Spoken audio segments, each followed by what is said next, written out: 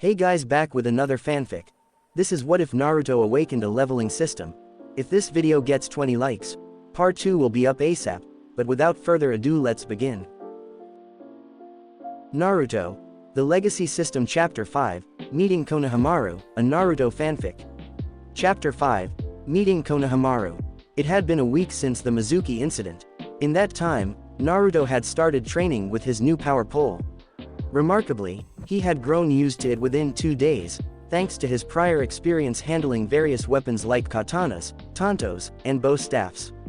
Ever since he became a genin, his parents, Minato and Kushina, had also begun his elemental training in wind and water within his mindscape.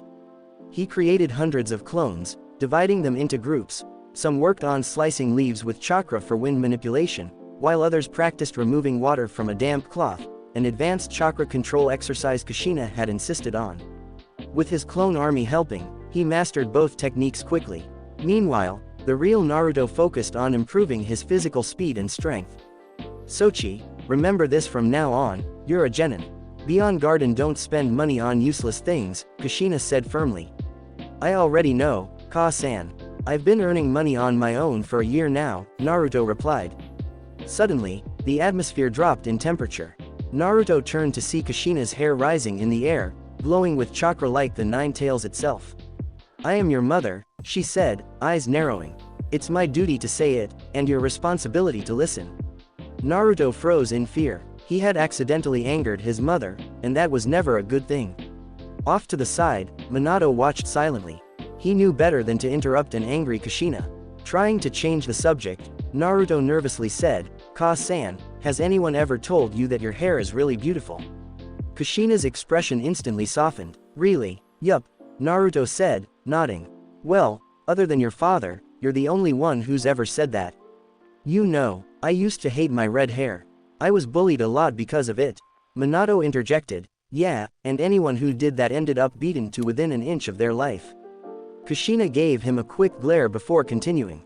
But your father, he said he liked my hair. You know, Naruto said, I kinda wish I had red hair like yours. Immediately, dark clouds formed over Minato's head. So, you don't like my blonde hair? He asked dramatically. No, Naruto said quickly. I've got your spiky hair already, too-san. I just thought it'd be cool if I had Ka-san's red color too, then I'd have both your styles. A moment passed, and then Naruto grew more serious. Too-san, why did Hiruzen remove the Uzumaki clan's history from the academy curriculum? It's like Konoha just erased them. I mean, the clan may be gone, but that's no reason to act like they never existed. We even had to memorize pointless trivia about the first Hokage, like what he ate or how he slept. Minato frowned slightly. What? I don't know why Hiruzen removed the Uzumaki clan's history or their connection to Konoha. But, yeah, it is strange. What value is there in knowing how the Shadaime snored? That's what I'm saying, Naruto said, a little frustrated. And another thing, it's unfair that students who fail the clone jutsu automatically get held back. What about kids with talent in taijutsu, or infiltration, or interrogation? Well, any ninja sent on a mission needs to be able to do the basics, Minato explained. Even those specialized in other fields have to meet a minimum standard. I get that, but what about the ones who stay in the village, like interrogators or analysts? Couldn't they just be trained directly in their specialties? Naruto asked. Minato thought for a moment, then nodded. You're not wrong, but it's not just our village. All the major hidden villages follow similar standards. Naruto's eyes narrowed slightly. Too-san, do you know who Danzo is? Minato's expression turned serious. Yes, he was Hiruzen's teammate, trained under the Nadaime Hokage. Why, he's the one who leaked my Jinchuriki status to the village, Naruto said darkly. Even though it was supposed to be an S-ranked secret. Hiruzen himself said that leaking it was an act of treason, but Danzo was never even put on trial. Minato's eyes widened. What? But, most villages keep their Jinchuriki identities strictly confidential. Naruto clenched his fists. Danzo wanted to use me as a mindless weapon, his personal tool. What? Kushina roared. Her chakra flared, her hair writhing. That one-eyed bastard dared to lay his filthy plans on my son. Minato placed a calming hand on her shoulder. Kushina, calm down. But yes, Naruto, Danzo is dangerous. Immoral. He operates in the shadows and leaves no evidence. He believes emotions are a weakness, and that shinobi should exist only to serve the village and its goals. He relishes war over peace. So, he'd betray Konoha if it didn't follow his ideals. Naruto asked. Minato shook his head. It's the reverse. He's too loyal, twistedly so.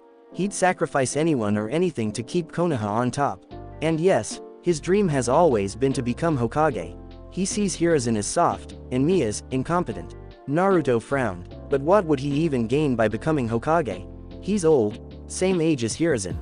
Even if he ruled, it would only be for 5 or 10 years. What's the point? Minato's voice dropped. That's the danger. If he ever became Hokage, he'd immediately push for war with the other nations. He has his own secret Anbu faction, Root, trained to obey only him. If Danzo ever took power, it would mark the beginning of an era of darkness. What? How could Danzo have his own Anbu without the Hokage knowing? Naruto asked, eyes wide. Minato sighed, his expression dark. Root was originally formed during the Second Shinobi War. It was meant to be a more efficient and ruthless Anbu division under Danzo's leadership. But after the war, Hiruzen ordered it to be disbanded. And he ignored that order. Minato continued grimly. Danzo kept running Root in secret, operating from the shadows. When I became Hokage, I was planning to investigate him. But then the Kyuubi attack happened. Everything changed. So basically, he's been acting like a Hokage from the shadows, and no one condemned him for treason. Naruto asked, incredulous. There was never enough proof, Minato said.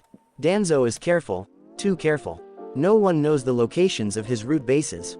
He personally trains Root operatives, starting by breaking their minds, erasing all emotion, and making them loyal to him alone. If he ordered them to kill the Hokage, they did, without question. Kushina stepped forward, her eyes blazing. That's why I want you to stay far away from him. Never let him get close to you, Naruto. I get it, Ka-san. I'll be careful, Naruto replied seriously. But still, he shouldn't get away with all of this. You're right, Minato said with a nod. But until we have solid evidence, we can't move against him openly. He's like a snake, strike too soon, and he'll vanish underground. Then why shouldn't I try to find the evidence? Naruto asked, his voice firm. A silence fell. Both Minato and Kushina exchanged a look but said nothing. Come on, Naruto continued. I've been taught all these shinobi skills, what's the point if I can't use them? I already snuck into Anbu headquarters and painted the walls without getting caught. And that was before I had any real training in espionage or stealth. He paused for effect, then added, I'm not saying I'll just run off recklessly. I'll plan it out. First, we need to find out where Danzo lives, where his bases are. Then we can start thinking about infiltration, quietly, carefully. Minato and Kushina remained silent, clearly contemplating his words. I have a plan, Naruto said finally. He began to explain it. When he was done, Minato and Kushina shared another glance, then slowly nodded. It might work, Minato said cautiously. But be careful. Kushina, trying to lighten the mood, changed the subject. So, Naruto, how's Sasuke doing? Naruto scratched his head, still brooding. He's got that classic emo glare. But ever since I started improving my skills, he looks at me with this mix of jealousy and anger. I guess, I might have surpassed him. He's obsessed with revenge, Minato said quietly. All he cares about is finding his brother. Kushina frowned. I still can't believe it. Itachi, killing his own clan. That boy was always so calm, kind. A pacifist. He wasn't the type to kill unnecessarily. I heard Anbu messed with his head, Naruto said. Pushed him past his limits. But then, why leave Sasuke alive? Kushina asked. I don't know, Naruto replied. Maybe he couldn't go through with it. Or maybe someone stopped him before he could. Kushina's expression softened. Poor Sasuke, seeing his entire clan wiped out by his own brother, it's too cruel. Minato was pondering about it but said nothing. The next day, Naruto made his way through the village streets, a rare and genuine smile lighting up his face. Today marked his official registration as a shinobi, and despite the turmoil of recent days, he allowed himself a moment of pride. At the photo studio, he sat up straight and gave a bright, confident grin for the camera. The flash went off, and he took the photo, then walked briskly to the registration office. Inside, Iruka, the third Hokage Hiruzen, and a record manager were handling the paperwork for the new genin. Ah, there you are, Naruto, Hiruzen greeted him with a small smile. I've recorded your role in capturing Mizuki as an A- rank mission. You'll receive the payment accordingly. Naruto nodded without a word, his expression neutral now. The warmth from earlier had faded. Everyone in the room could sense the tension. It was subtle, but unmistakable. Naruto quickly filled out the required forms. Once finished, Hiruzen turned to Iruka and the record keeper. Please leave us, he said quietly. They glanced at each other, then nodded and exited the room without question. Hiruzen waited a moment before speaking. Naruto, are you alright? Naruto didn't answer. I need you to understand, Hiruzen said gently. Everything I did, I believed it was for your own good. But I admit, none of it went the way I planned. Naruto looked up slowly, his eyes no longer boyish, they held something sharper, colder. So you meant to keep me in the dark for as long as possible, he said, voice calm but laced with accusation. And now you expect me to act like none of it ever happened. After you betrayed me, Hiruzen looked taken aback. Naruto, I never meant to betray you. Please, try to understand. Naruto let out a quiet scoff, the sarcasm thick in his voice. Yeah, well, people don't understand when they're lied to and kept in the dark. Over and over again. The silence that followed was heavy. Hiruzen didn't respond right away, because he had no easy answer. Suddenly, the doors to the room burst open with a loud bang. Gigi, today, I'm going to defeat you and take the hat, came the high-pitched voice of a child. Hiruzen let out a long sigh. A small boy came charging into the room, a blue scarf trailing behind him, only to trip over it and faceplant with an audible oof. He scrambled to his feet, rubbing his nose, then turned to Naruto with a glare. Hey, you tripped me, you're just scared I'll beat him and become Hokage before you, he shouted. Naruto raised an eyebrow and smirked. Oh really, why would I be afraid of a future Hokage who trips on his own scarf? The boy's face turned bright red with embarrassment. Liar, he yelled. Naruto leaned casually against the desk. Who are you, anyway? The boy stood up straight, puffing out his chest. I'm Konohamaru Sarutobi, the future Hokage. Just then, an adult with dark glasses and a Chunin vest burst into the room. Honorable grandson, are you alright? The man gasped, rushing to Konohamaru's side. Then he pointed accusingly at Naruto. You, what did you do to him? Naruto muttered under his breath, stupid people, no wonder the kid's like that. Hey, who are you calling stupid? Both the man and Konohamaru shouted in unison. Konohamaru stepped forward dramatically. Do you even know who I am? Naruto smirked again. Wow, you really don't know who you are. That's really sad. You should go see Inoichi, maybe he can help you remember. Hiruzen sighed again, rubbing his temples. This is going to be a long day. Konohamaru's face turned red with embarrassment. Do you know who my grandfather is? I'm the grandson of the Hokage, he shouted. Naruto was amused by his antics, it was like watching his younger self. Really, I don't care if your grandma is the Hokage, he said with a smirk, then gave Konohamaru a bonk on the head. Ouch, Konohamaru exclaimed, rubbing his head. Hey, you dare to hit me? You, how dare you? The tall man, Ebisu, hissed, raising his hand to strike Naruto. Ebisu, that's enough, Hiruzen commanded, his voice firm. There was a puff of smoke, and suddenly a young girl with blonde pigtails appeared in front of them, wearing a costume that barely covered her, striking a pose with a seductive look on her face. The sight made both Hiruzen and Ebisu's noses start to spurt blood like geysers. The man collapsed to the floor, twitching. Konohamaru stared wide-eyed in awe. Wow, how did you do that? Naruto chuckled, his arms crossed. He's a pervert, he fell for it. Konohamaru blinked, still impressed. That's awesome. Hiruzen rose to his feet, looking slightly flustered but trying to maintain composure. I think my work here is done. Naruto stood up straight. Yeah, and I'm done here too. With a quick nod, he turned and walked out of the room, the door closing behind him. While walking back to his house, Naruto heard someone calling his name. He turned to see Konohamaru running toward him, a determined look on his face. Hey, you, what's your name? Konohamaru asked, catching up to Naruto. I'm Naruto Uzumaki, the future Hokage, Naruto replied, giving him a confident grin. No way, I'm gonna be the next Hokage, Konohamaru declared, his chest puffed out with pride. Naruto raised an eyebrow, looking him up and down. Well, you need to surpass me for that. Konohamaru's eyes lit up. I will, but for that, you need to train me. Naruto snorted. Sorry, kid, I'll be way too busy to train you. Don't you have that Ebisu guy who literally clings to you like a koala? Konohamaru grimaced. But he's not awesome like you. Please teach me, Naruto. I'll do whatever you say. He made the classic puppy-eyed jutsu, staring up at Naruto with pleading eyes. I won't disturb you, I promise. Naruto paused, considering it for a moment before asking, why are you asking me? We both have the same goal, to become Hokage. Shouldn't you be training yourself for that? Konohamaru nodded vigorously. That's exactly why, because we have the same goal. I need you to train me. Naruto stared at him, eyes narrowing. Isn't that a little childish? Whatever, Konohamaru said, shrugging it off.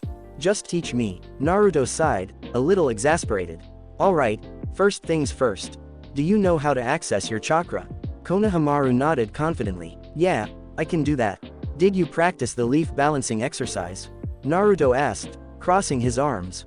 Konohamaru's face dropped. No, Ebisu-sensei said he knows a shortcut to make me Hokage in no time. Naruto's eyes flared with anger. A shortcut? That guy is just manipulating you. If he knows some magical shortcut, why isn't he Hokage already? Konohamaru was taken aback by Naruto's sudden intensity. What do you mean? Naruto's voice grew sharp. He's just filling your head with lies to keep you under his control. If there was a shortcut to becoming Hokage, don't you think everyone would have taken it by now? Konohamaru's face grew serious, realizing for the first time. Naruto picked up a leaf from the ground and held it out in front of Konohamaru. Okay, here's how it's done, Naruto began, showing him the technique. You need to balance the leaf on your forehead using your chakra, like this. He placed the leaf on his own forehead, holding it steady with ease. See, just like this. Konohamaru watched intently, his eyes wide. Like this. Yep, when you master this, you need to make sure you can do it subconsciously, even when you're talking to others. The leaf shouldn't fall off, Naruto explained. He closed his eyes for a moment, then continued. Once you've got that, you need to rotate it over your body. Do it so naturally that you don't even think about it. Naruto started to demonstrate, and soon multiple leaves were hovering around his body, spinning and rotating. Some were balanced on his fingertips, while others danced in the air around him. Konohamaru watched, mouth agape in awe. Whoa, that's amazing. Once you're able to do that, Naruto said, his tone a little more serious, you'll need to balance multiple leaves on your fingertips, again, subconsciously. When you can do all of this, then come find me. Don't skip any steps. As Naruto spoke, the leaves continued to spin, rotate, and balance effortlessly around him. He wasn't even looking at them anymore. His chakra control was so refined that it seemed almost like second nature. Konohamaru blinked, still struggling to process. But, what's the point of all this? Why do we need to balance leaves?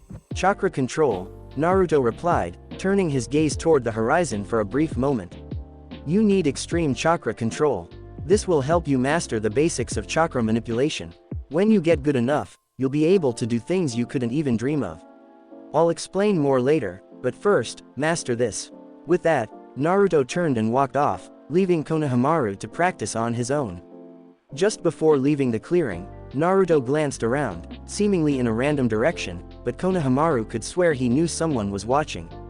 Hiruzen sat in the quiet of his office, his gaze fixed on the crystal ball before him.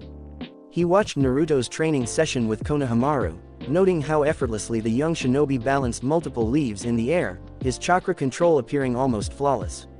It seems he's taken the leaf balancing to an extreme level, Hiruzen murmured to himself. His eyes softened with a hint of admiration. Maybe it's a good thing. He's training seriously, and he's made Konohamaru train seriously, too. A slow, thoughtful frown formed on his face as he continued to observe. His attention shifted slightly when he noticed something unusual. As Naruto demonstrated his technique, he suddenly glanced in a random direction, his eyes sharp and knowing.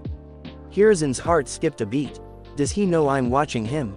The thought nagged at him, but it was quickly replaced by a deeper curiosity. He had always expected Naruto to be clever, but this level of awareness, of intuition, seemed to indicate something more, something that went beyond simple training. Hiruzen leaned back in his chair, his fingers steepling in front of him. The way he's growing, it's not just in strength. It's in wisdom, too. He's becoming something more than I ever imagined. He exhaled slowly, gazing at the image of Naruto still in the crystal ball. This will be interesting. He watched Naruto for a moment longer before his thoughts shifted inward, filled with quiet regret. I hope you will forgive me, Naruto, he thought, a heavy sigh escaping his lips. I see you as my own grandson, but perhaps I should have told you sooner. Maybe I should have shared the truth when you first entered the academy, or when you graduated. Instead, you learned it from someone who despises you. His chest tightened, and he closed his eyes briefly. I've always known the burden you carry, the loneliness, the anger, but I never once considered how much pain I've caused you by keeping my silence. The Hokage looked down at his desk, the weight of the years pressing down on him. He had always thought he could protect the village, guide the young generation, but Naruto had slipped through the cracks. The boy had suffered in ways Hiruzen could never fully understand, and he had failed to offer him the support he deserved. I'm too slow, Hiruzen thought bitterly, clenching his fists. I failed to protect someone who needed me most. For a long moment, he was silent. The burden of leadership, the years of decisions, and the quiet guilt weighed heavily on him. Naruto had grown stronger, yes, but so had his pain, and Hiruzen had been too late in offering him the help he needed. With Naruto, in the quiet stillness of the system interference space, Minato's voice was calm but filled with concern. Naruto, can you tell us why you're angry at Hiruzen? Naruto exhaled slowly, lowering his gaze. It's not that I'm angry, he said. I don't know how to feel. A part of me wants to say it's fine, that he did what he thought was best. But another part of me feels disappointed. He looked up, his voice laced with lingering hurt. I asked him so many times why the village hates me. Every time, he just said, people fear what they don't understand. He told me he didn't want to burden me with the truth. But the thing is, I was already carrying that burden. Every day, he clenched his fists. He could have told me about the Kyuubi, about what I really was. But he didn't, and what made me really angry was the day Mizuki tried to frame me. I asked Hiruzen about you too, and he told me it was irrelevant. Naruto's voice dropped, bitter. That hurt more than anything. Minato and Kushina exchanged a glance, then turned back to their son with soft expressions. Minato nodded slowly. Your feelings are valid, Naruto. It's not wrong to feel the way you do. But, Kushina added gently, I don't think you should carry that anger for too long. Hiruzen has his flaws, everyone does. But he's one of the kindest man I've ever known. Naruto opened his mouth to argue, but Minato raised a hand. Wait, let us finish, he said calmly. As for why he didn't tell you about us, Minato looked him in the eye.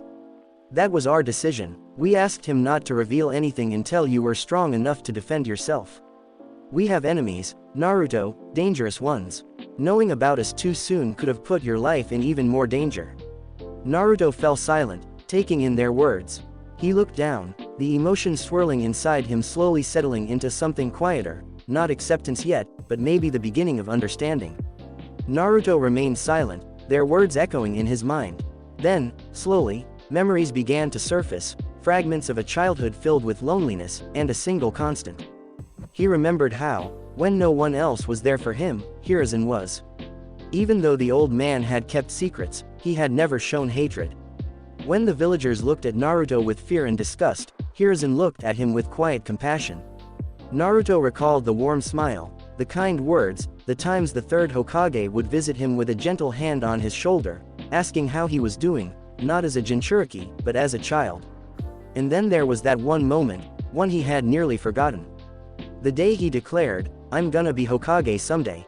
People had laughed, called him delusional, even the academy instructors dismissed it. But not Hiruzen. The old man had simply smiled and said, then you better work hard, Naruto. A Hokage must earn the trust of the people, and their love. That memory struck deep. Naruto clenched his fists, not in anger now, but in realization. He believed in me, Naruto whispered. When no one else did, he actually believed in me. Minato and Kushina watched their son quietly, proud smiles tugging at their lips. Then Naruto looked up, a familiar mischievous glint in his eyes. Well, I've got an idea, he said, smirking. How about we play a little prank on him? At that, Kushina's eyes lit up with excitement. Ooh, I'm listening, she said eagerly, leaning forward like a child about to hear a juicy secret. What is it? Naruto leaned in and whispered his plan. Kushina burst into giggles, unable to hold it in. laughing like a little girl caught sneaking cookies before dinner. "Oh my god, that's perfect," she said between laughs. "He'll never see it coming." Minato chuckled softly, shaking his head. "You two are so alike, it's kind of terrifying." Kushina grinned. Terror runs in the family.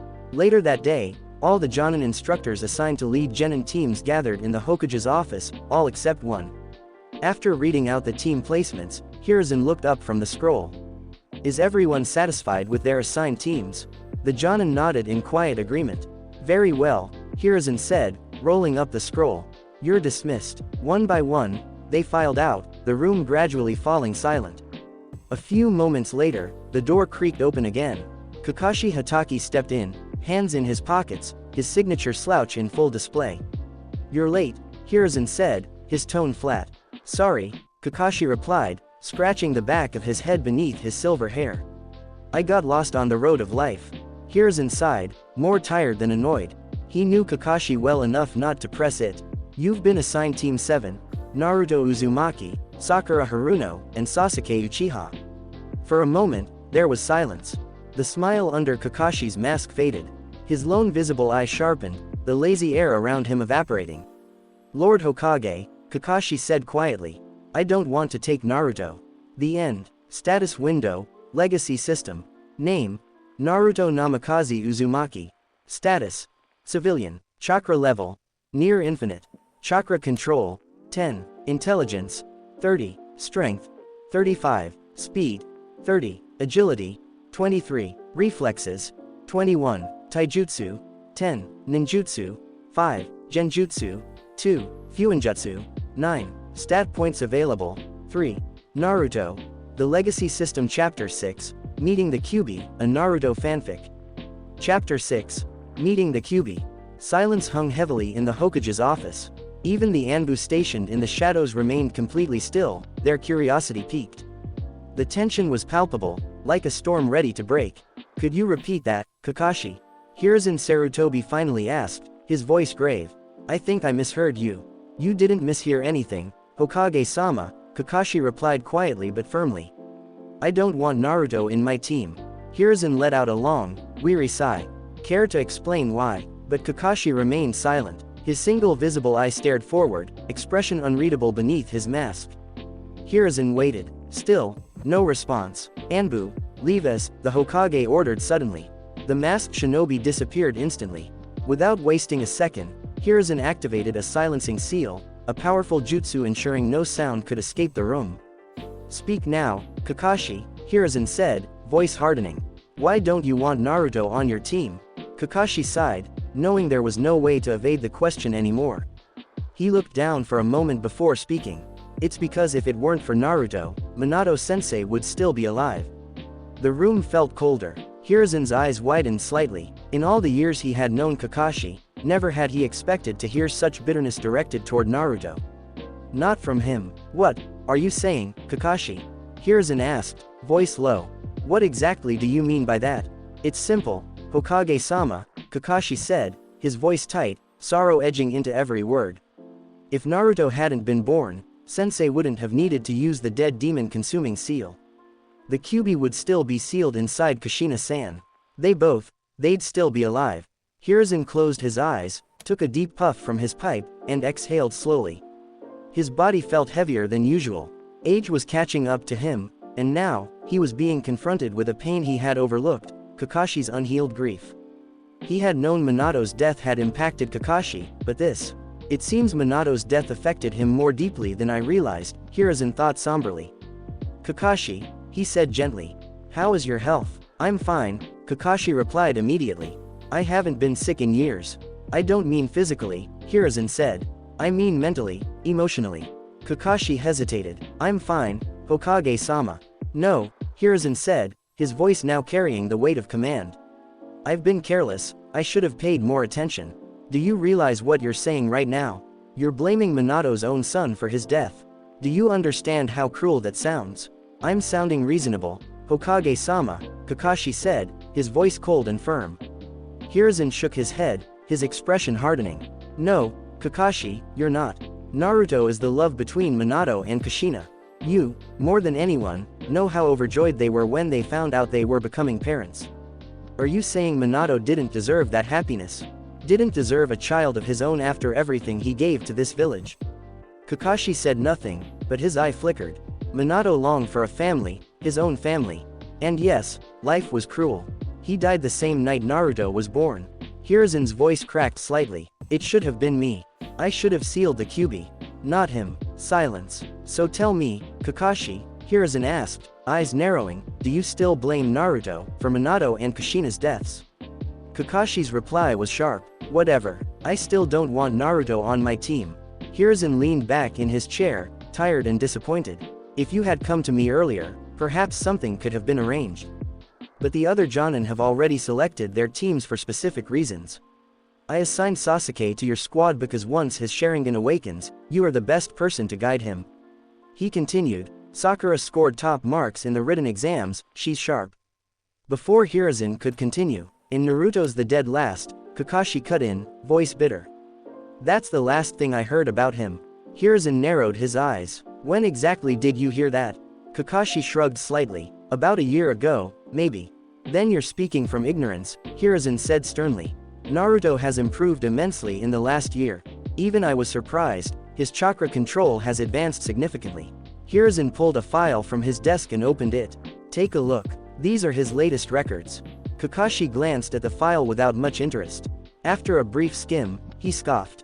HMPH. Sure, he's improved, but he'll still slow down Sasuke and Sakura. Sasuke's a prodigy, and Sakura is smart enough to figure things out on her own. Hiruzen didn't miss the apathy in Kakashi's voice. No, it wasn't just apathy. It was avoidance. It was pain. Kakashi, Hiruzen said, voice rising slightly. You've seen these reports. You know how rapid his growth has been.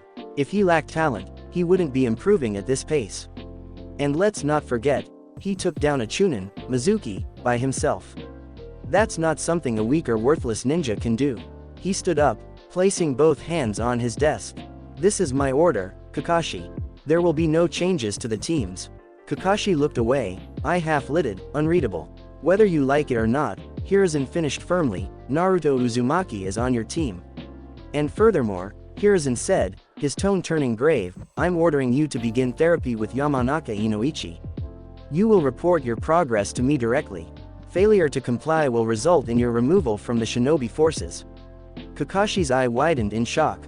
What? But Hiruzen didn't stop. It's for your own good, Kakashi, he said firmly, his voice laced with regret.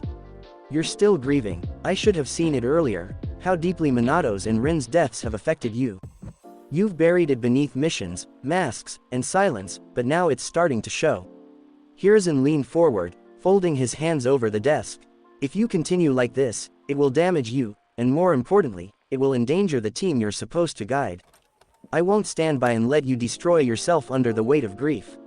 I won't let you become another casualty of the past. Kakashi's fists tightened at his sides. His breath hitched, but he said nothing. That's why I'm postponing the finalization of the team assignments, Hiruzen continued.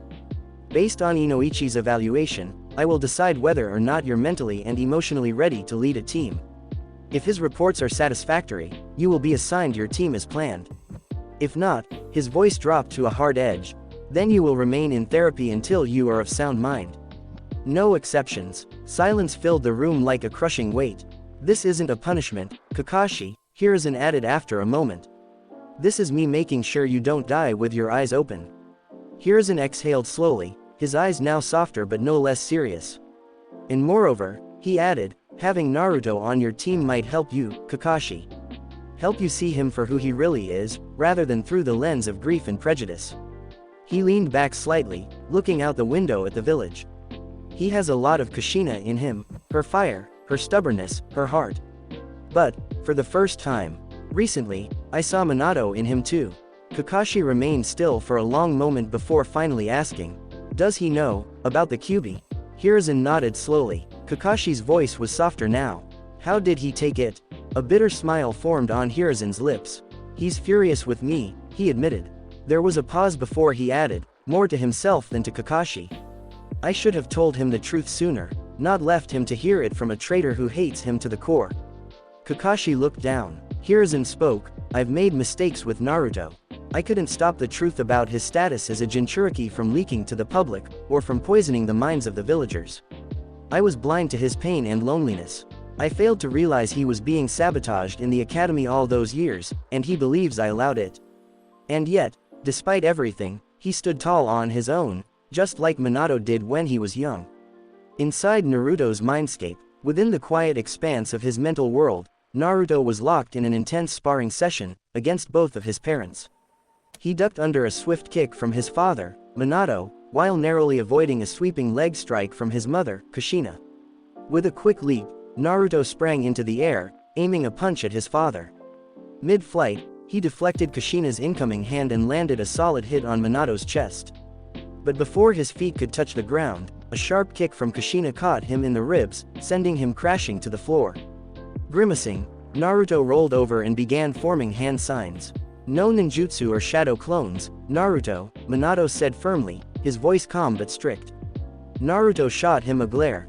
Then how the hell am I supposed to fight two people at once? You're not even letting me breathe. That's the point of this training, Minato replied evenly. Naruto sat up with a groan.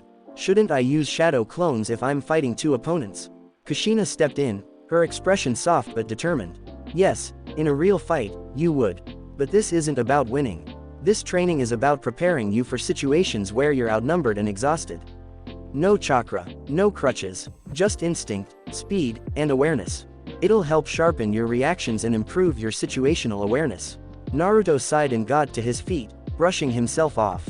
Fine, if you believe this is gonna help, I won't argue. He readied his stance again, eyes focused. Then, with a deep breath, he rushed forward. Minato came in with a straight punch. Kushina followed up with a high kick. Naruto ducked beneath Minato's fist and flipped backward to dodge Kushina's kick. Landing lightly on his feet, he twisted behind her and struck her back with a quick jab. Without hesitating, he launched himself toward Minato once more. Crack, but Minato's fist met his face midair, stopping him cold and sending him tumbling across the floor. That's enough for today, Kushina said, walking over with a smile. You're getting better. With enough practice, this'll be second nature. Naruto lay flat on the ground, groaning. I feel like I'm gonna die before that happens. Minato chuckled, offering his hand. That just means you're learning. Now, for the most important part, Minato said, his tone serious. You need to speak to the Kyuubi. Naruto was stunned. What are you talking about? Why should I talk to the Kyuubi? Isn't it the reason you died, and the reason the whole village hates me? He asked, confusion written all over his face. Minato sighed. Yes, but there's more to the story. I need to explain what happened on the day you were born. A masked man with a Sharingan attacked your mother. He kidnapped her and extracted the 9 tails from her, then used it to attack Konoha. It was during that attack that I made the decision to seal the Kyuubi inside you. I believed that, one day, you could work with the beast. I thought it was the only way to prevent it from being used to destroy the world. Naruto's eyes widened. Wait, what? Work with the Kyuubi? You can't be serious. Minato nodded gravely. I know it sounds crazy, but I had my reasons. I suspected that sealing it inside either myself or Kushina could have been a short-term solution, but the Kyuubi would eventually reform and could go on another rampage. Worse, the masked man could use it to destroy everything. So I sealed it inside you, with the hope that you might be able to control it one day, keeping it safe from the wrong hands. Naruto's mind raced. But, don't you think someone could have captured me earlier? I mean, the whole village knows I hold the Kyuubi inside me. Someone with a Sharingan could easily control it, right? Maybe an Uchiha, someone who's still alive. Minato paused before responding. That's possible, but as far as we know, only Madara Uchiha ever controlled the 9 tails with his Sharingan. Naruto frowned. But Hashirama Jiji killed him, right? If Madara is still alive, he'd be ancient by now. It's almost impossible. True, Minato said, looking contemplative. But what if someone else got their hands on Madara's Sharingan? Naruto blinked, his thoughts running wild. You mean someone could still be waiting to control the Kyuubi? But if all the Uchihas are gone, that seems less likely, unless, of course, Itachi knows how to control the Kyuubi with his Sharingan. Minato and Kushina exchanged glances, the weight of the situation settling in. The possibility of someone still being able to control the 9 tails was a real threat. Either way, it's best if you talk to the Kyuubi, Minato insisted. Fine, But how am I supposed to talk to him? Naruto asked, raising an eyebrow. Simple. Just get out of here, meditate, and imagine a huge gate with the kanji for seal on it, Minato explained. Naruto sighed. As much as I don't like the sound of this, I guess craziness runs in the family, huh? He said with a smirk. With that, Naruto found himself back in his room, his legs crossed in a seated position. He opened his eyes briefly, then closed them again, focusing on the task at hand. He visualized the massive gate with the kanji for seal etched into it. It took him a few minutes, but soon, Naruto found himself standing in a dark, narrow corridor. An overwhelming, ominous presence loomed ahead. He instinctively began walking toward it. The further he walked, the stronger the feeling of dread grew. Finally, he reached the gate. Water lapped at his feet as he stood before it, keeping a safe distance. Two enormous, glowing red eyes stared back at him, and sharp, menacing teeth glistened in the darkness. Fear gripped him for a moment, but Naruto quickly regained his composure. He wasn't a child anymore. He was the son of the fourth Hokage. He could do this. But then, the Kyuubi released its killing intent. The pressure was suffocating, a wave of pure malice crashing over him. Naruto trembled under the weight of it, his legs buckling as he fell onto his rear. He tried to rise, but the dread was overwhelming. No matter how much he told himself that the Kyuubi couldn't harm him, the fear gnawed at him. His heart raced, and his mind screamed for him to back away. But the Kyuubi's presence refused to let him go. Instinctively, Naruto flared his chakra, pushing back against the crushing pressure. Slowly, shakily, he rose to his feet. His legs wobbled like jelly, but his determination kept him standing. He gasped out air no matter how hard he tried to speak, words aren't coming. After a few moments the killing intent stopped. A deep, thunderous voice echoed through the vast darkness. HMPH, you're not as pathetic as I thought. Naruto froze and turned toward the massive cage. Wait, you can talk. All this time, I thought you couldn't speak. The Kyuubi's glowing eyes narrowed. Its massive body stirred, sending a pulse of raw energy through the space. You really are a fool, a stupid boy. What made you think I couldn't? The beast growled, releasing a small wave of killing intent. Naruto took a step back but stood his ground. How should I know? You're a giant fox. I just figured. You growl, roar, and destroy things, not hold conversations. The Kyuubi snorted in disdain. TCH, typical human. It leaned closer, massive claws pressing against the cage's bars. So why are you here? Come crawling for my power. Naruto shook his head. No, I'm not here for that. I just want to talk. The Kyuubi laughed, a low, threatening sound that echoed across the chamber. Talk with me, and what makes you think I'll entertain your pathetic words? I could crush you where you stand. Naruto smirked. Really? Then why haven't you? You're stuck behind that seal. If you could have killed me, you would have done it years ago. The Kyuubi's eyes flared, its chakra spiked violently. Vermin, do you know who I am? I am the great Kyuubi, the strongest of the tailed beasts. Naruto crossed his arms, and yet, sealed inside a human. A growl rumbled from deep within the fox's chest. Insolent brat, release me, and I'll show you what true power is. The Kyuubi roared, slamming a claw against the bars. Naruto didn't budge. Yeah, no, like I said, I'm here to talk. Will you at least listen? The Kyuubi paused, its gaze fixed on Naruto. For a moment, the tension hung heavy. Then, it sensed something, Naruto's emotions. No fear, no hatred, no deception. After a long silence, it huffed. Fine, speak. Naruto took a deep breath. I found out what happened the night I was born, how a masked man with the Sharingan pulled you out of my mother and used you to attack the village. My father, Minato Namikaze, sealed you inside me to stop him. So what? The Kyuubi said flatly. There's a good chance he's still out there, Naruto said. And if he controlled you once, he might try again. I don't want to be a puppet, or die young. And I'm pretty sure you don't want to be controlled either. The Kyuubi's expression darkened, but it didn't respond right away. Naruto stepped closer, voice calm but firm. We may not like each other. But if we both hate being controlled, maybe we can agree on something. The Kyuubi's crimson eyes narrowed. So, you're indirectly saying you want my power. Naruto shook his head. No, didn't I just say I don't want your power? Then what makes you think you won't need it? The Kyuubi countered, its voice low and sharp. What makes you think you'll never use it? Naruto opened his mouth to respond, then paused. He looked down, fists clenched. You're right, the QB blinked, surprised. Naruto raised his head again, expression calm and honest. At my current level, I'm not strong enough. If someone like Madara or even Itachi comes for me, I might not survive. So yeah, maybe one day I will need your power. But if I do, I'll only use it in the most desperate, dire situations. That's a promise. The QB's eyes glinted. HMPH, I don't trust humans, least of all you. So don't expect me to just hand over my power because you asked nicely. Chakra began to swell around the cage. The QB was preparing to expel him from the mindscape. Then I'll come again tomorrow, Naruto said calmly, turning away. Whether you like it or not. With that, his form shimmered and vanished. The QB stared at the now empty space in silence. HMPH, that brat. Naruto found himself back in his room. With a sigh, he closed his eyes and entered his mindscape. Waiting for him, as always, were Minato and Kushina. So, how did it go? Minato asked, a hopeful look in his eyes. To be honest, better than I imagined, Naruto replied. Did you know the QB can actually talk? Both Minato and Kushina blinked in surprise, then shook their heads.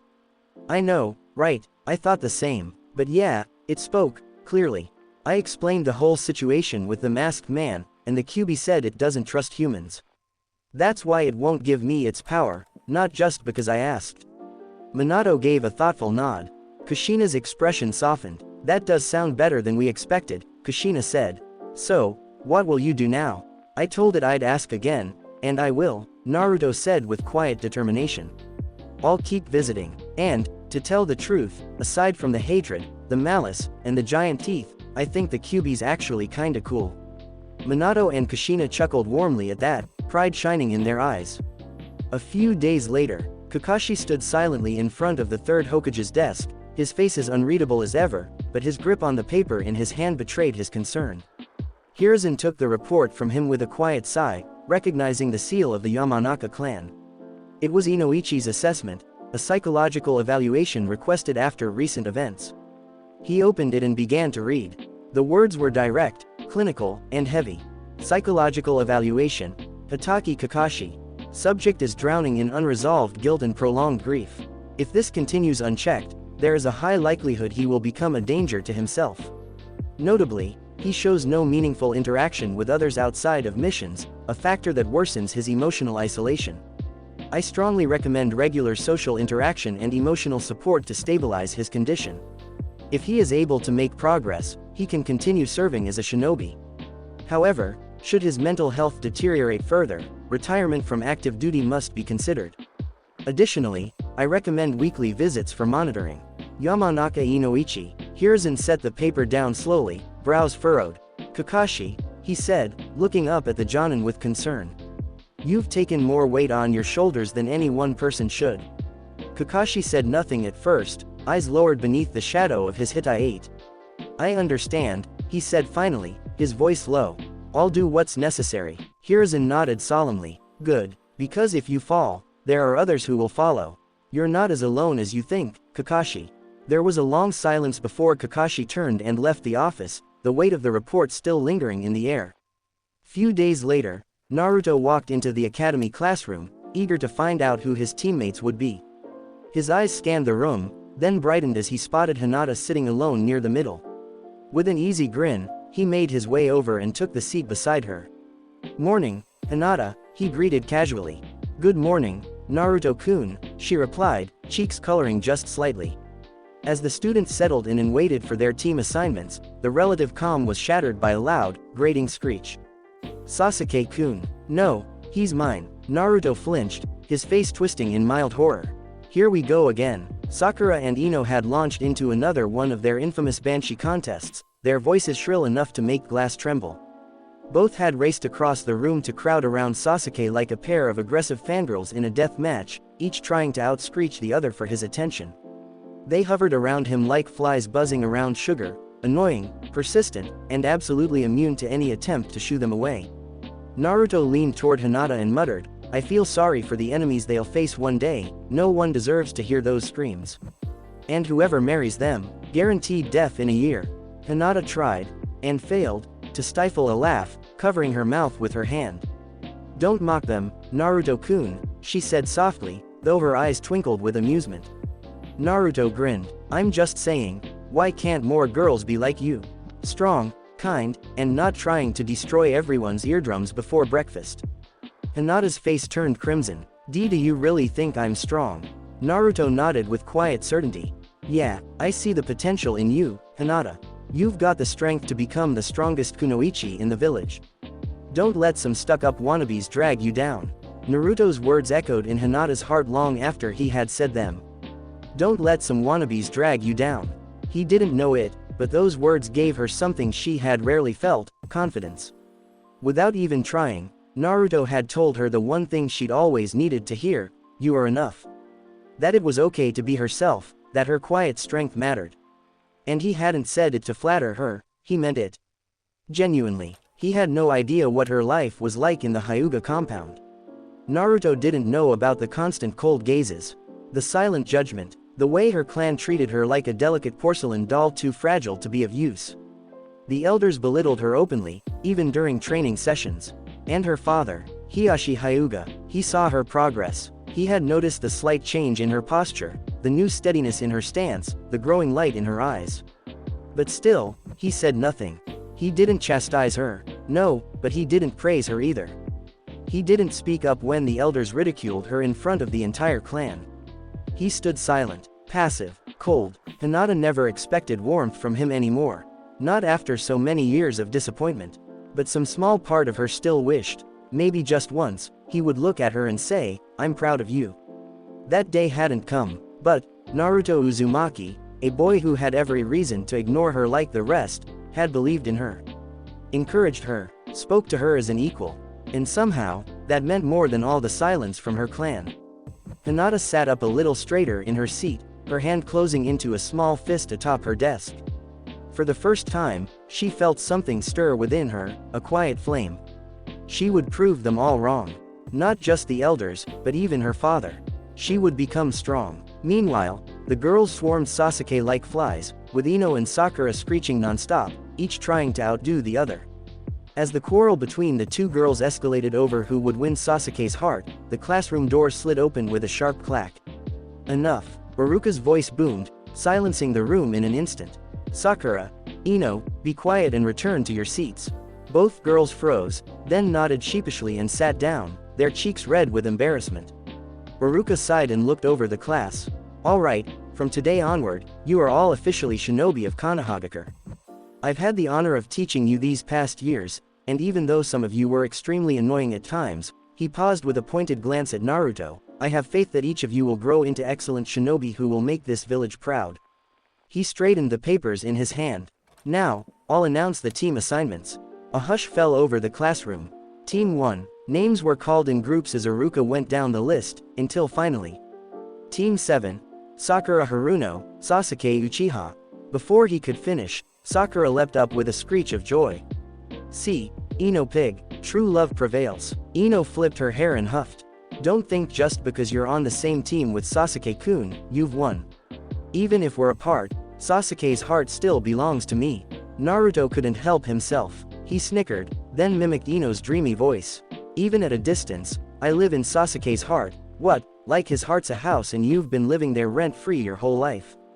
The classroom erupted in laughter. Sasuke-kun, even if I'm 50 miles away, our hearts are connected by the magical power of love. Shut up, Naruto, Ino snapped, fuming. Troublesome woman, muttered Shikamaru. Whatever, he muttered with a grin, leaning back in his chair. Enough, Baruka's voice cut through the laughter like a blade. Sakura, if you can behave like a proper shinobi, I'll continue. Sakura instantly sat down, back straight and hands folded, trying to look as composed as possible. Baruka shook his head, half exasperated, half amused, and continued the announcements. Now, Team 7, Sakura Haruno, Sasuke Uchiha, and Naruto Uzumaki. Naruto immediately facepalmed like he just smelled something terrible. Sakura whipped around, finger pointed like a laser. Hey, Naruto. He looked at her, raising an eyebrow. Don't even think about coming between me and Sasuke. Naruto grinned wide and shrugged. Relax, I'm not gay, I'm straight as a kunai. So no worries about me stealing your precious emo king. But if he's into guys, well, that's on him. Don't come crying to me.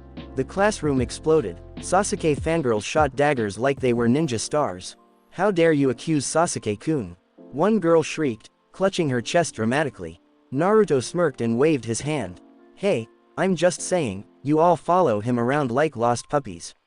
Has he ever even noticed you? Said a word. Nope. Maybe he's got a secret girlfriend, Yano, or maybe he's into boys. If that's true, guess I better watch my back. By now, Sasuke's face was so red it looked like he'd been hit by a fireball jutsu. Shut up, Dobi, Sasuke snapped, glaring. Naruto grinned even wider. Oh, you're listening now. Thought you were off brooding in some dark cave, practicing your angsty emo look. The whole class burst out laughing. Enough, Baruka roared, cutting through the noise. Naruto, could you please be quiet? Sorry, Naruto's voice mumbled sheepishly. Baruka took a deep breath and continued. Team 7's Jonin instructor is Kakashi Hatake. Team 8, Hinata Hyuga, Shino Aburame, and Kiba Inuzuka. Jonin instructor, Kurenai Yuhi. Team 9 is still in rotation. Team 10, Ino Yamanaka, Shikamaru Nara, and Choji Akamichi. Jonin instructor, Asuma Sarutobi. Shikamaru groaned loudly. No way, I'm stuck with a lazy bum and the guy who eats all the time. What a drag, he muttered. Naruto grinned and shot back, then don't let others drag you down, Shikamaru. The class chuckled as Shikamaru rolled his eyes but couldn't hide a small smile. Okay, everyone, wait here until your Jonin instructors arrive, Baruka said, then left the classroom.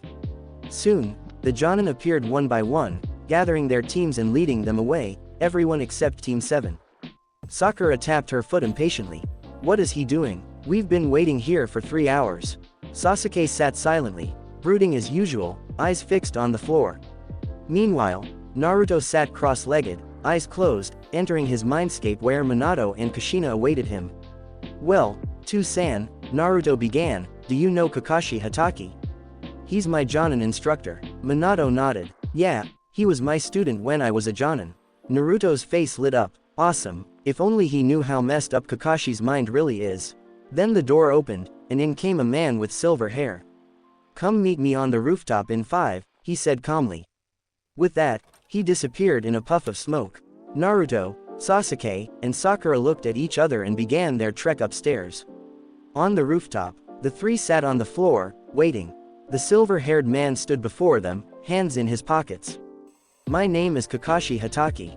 Now, introduce yourselves. You first, Pinky, he said, pointing at Sakura. Sakura frowned. Well, sensei, why don't you go first? Kakashi sighed. Fine. My name is Kakashi Hatake. My likes are none of your concern. My dislikes, the same. My dreams, that's not your business either. Naruto, Sasuke, and Sakura all sweat dropped.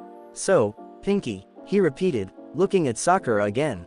My name is Sakura Haruno, she began. My likes are, she glanced at Sasuke and giggled, my dislikes are Ino Pig. And my dream, well, she glanced at Sasuke again, blushing and giggling dreamily. It's a secret. Kakashi raised a brow. Fangirl, he thought. Next, he said, my name is Sasuke Uchiha, said Sasuke flatly. I have some likes and dislikes. My dream, no, my goal, is to kill a certain someone and restore my clan. Sakura squealed. Sasuke-kun, you're so cool. Naruto watched him quietly. He already knew who Sasuke meant. Far away, in Naruto's subconscious, Minato and Kushina, observing through Naruto's system, frowned sadly. Then Naruto stood. My name is Naruto Uzumaki. I like ramen, training, and training with Hinata. I dislike certain stupid people. My dream is to become Hokage, surpass the Yondaime, and make sure no child ever suffers in Konoha. In Naruto's mindscape, Minato and Kushina beamed with pride. Back on the rooftop, Sakura and Sasuke stared at him like he'd grown a second head. What do you mean, Naruto? Sakura asked. That no child should suffer. Naruto looked down, then up with a serious expression. Well, I'm an orphan. I don't know who my parents were. That kind of loneliness, no one should have to feel that. I know I can't stop death, but I'll do my best to make sure every child in Konoha is loved and cared for. Sasuke's eyes flickered. He understood that feeling. Naruto continued. To make that happen, I have to become Hokage. And I will surpass the Yondaime.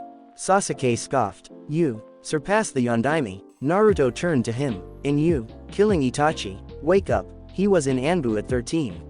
We're 12, and we just became Genin. Sasuke's face contorted with anger. I will surpass him, he said through gritted teeth. Naruto nodded. And I will surpass the 4th. Kakashi was quietly observing Naruto, arms crossed and eye narrowed in thought. We'll see what you can do, you're nowhere near your father's intelligence, he mused silently. Then he spoke, breaking the silence. Well, tomorrow we'll have a survival test. Based on your performance, I'll decide whether you pass or fail. What? Naruto and Sakura shouted at the same time. But we already passed the academy exam. Sakura argued, confused and frustrated. Kakashi replied coolly, yes, and no. That test was just to determine if you were eligible to become a Genin. Tomorrow's test is the real one. The one that actually decides your fate. He looked at them with a straight face. The probability of passing is only 33%, he said. Naruto blinked. So only 3 teams will pass? What do you mean? Sakura asked, turning to Naruto. Naruto crossed his arms. No matter how many Genin graduate from the academy, only a few teams are allowed to become full-fledged Genin. The rest get sent back. Sakura frowned. And how do you know that? I overheard some Chunin talking about it, Naruto replied. But, looking at how serious Sensei is, it makes sense. Kakashi gave a small nod. It's true, only 3 teams out of all the graduates will pass. The rest will return to the academy. A heavy silence fell between them. Be at training ground 7, sharp at 7 a.m., Kakashi added. Oh, and I suggest don't eat breakfast. Why not? Sakura asked. Kakashi's visible eye curved into a smile. You'll just throw it up. And with that, he disappeared in a puff of smoke, leaving the 3 stunned Genin behind.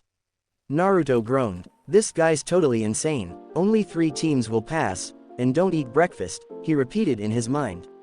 Something didn't sit right. He noticed Sasuke turning to leave. Hey, Naruto called out, stopping him. I'd say you should eat breakfast tomorrow. Sasuke turned, giving him an annoyed glance. Didn't you hear Sensei, you baka? He said not to eat. Naruto shrugged. Yeah, I heard him. But think about it, how are you supposed to take a test on an empty stomach? What if it's something physical, or long? You'll pass out before you even get halfway through. Sasuke narrowed his eyes but didn't respond. I don't care what he said, Naruto continued. I'm eating, even if it's just a little. You should think about it too. Without waiting for a reply, Naruto turned and walked away, hands behind his head, lost in thought. The next day, 7 a.m., Naruto, Sasuke, and Sakura stood at training ground 7, waiting under the rising sun. The air was quiet, except for the occasional rustle of wind through the trees. Where is he? Sakura muttered, arms crossed impatiently. Minutes passed, then an hour, then 2, 3 hours later, puff, a cloud of smoke exploded in front of them, and Kakashi appeared, as relaxed as ever, hands in his pockets. You're late, Sakura shouted furiously. Kakashi gave his trademark eye smile.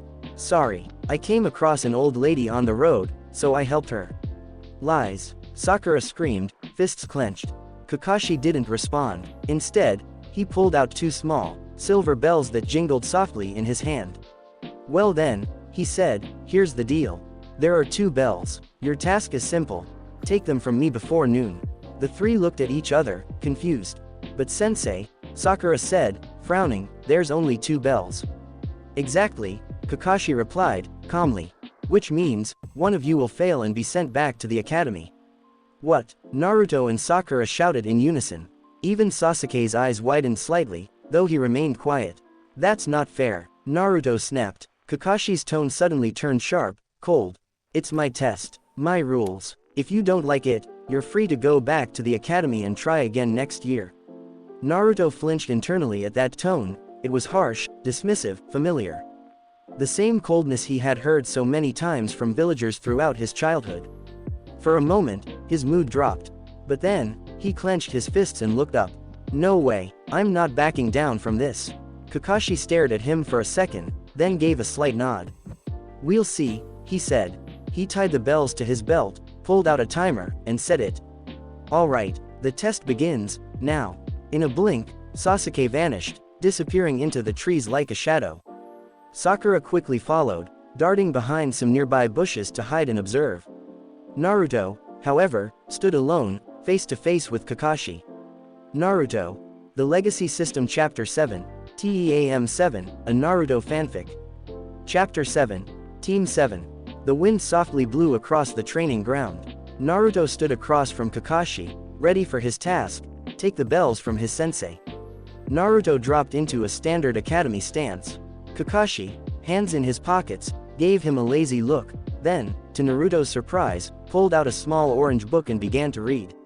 Naruto's eye twitched. Hey, I'm here to fight you, and you're reading a book. Without looking up, Kakashi replied coldly, you're not worth my time. I doubt your fighting will be anything special. Don't think that just because you took down Mizuki, you can touch me. Naruto blinked in surprise. So, you knew I defeated Mizuki? Well, that's your mistake, underestimating me. Naruto burst forward, foot slicing through the air in a mid-kick aimed at Kakashi's ribs. Without even glancing up from his Ika book, Kakashi tilted his head, snatched Naruto's leg mid-swing, and with a casual twist of his wrist, sent the boy flipping overhead. Naruto spun midair and landed in a low crouch, teeth gritted. In a blur, he sprang again, fist streaking toward Kakashi's jaw.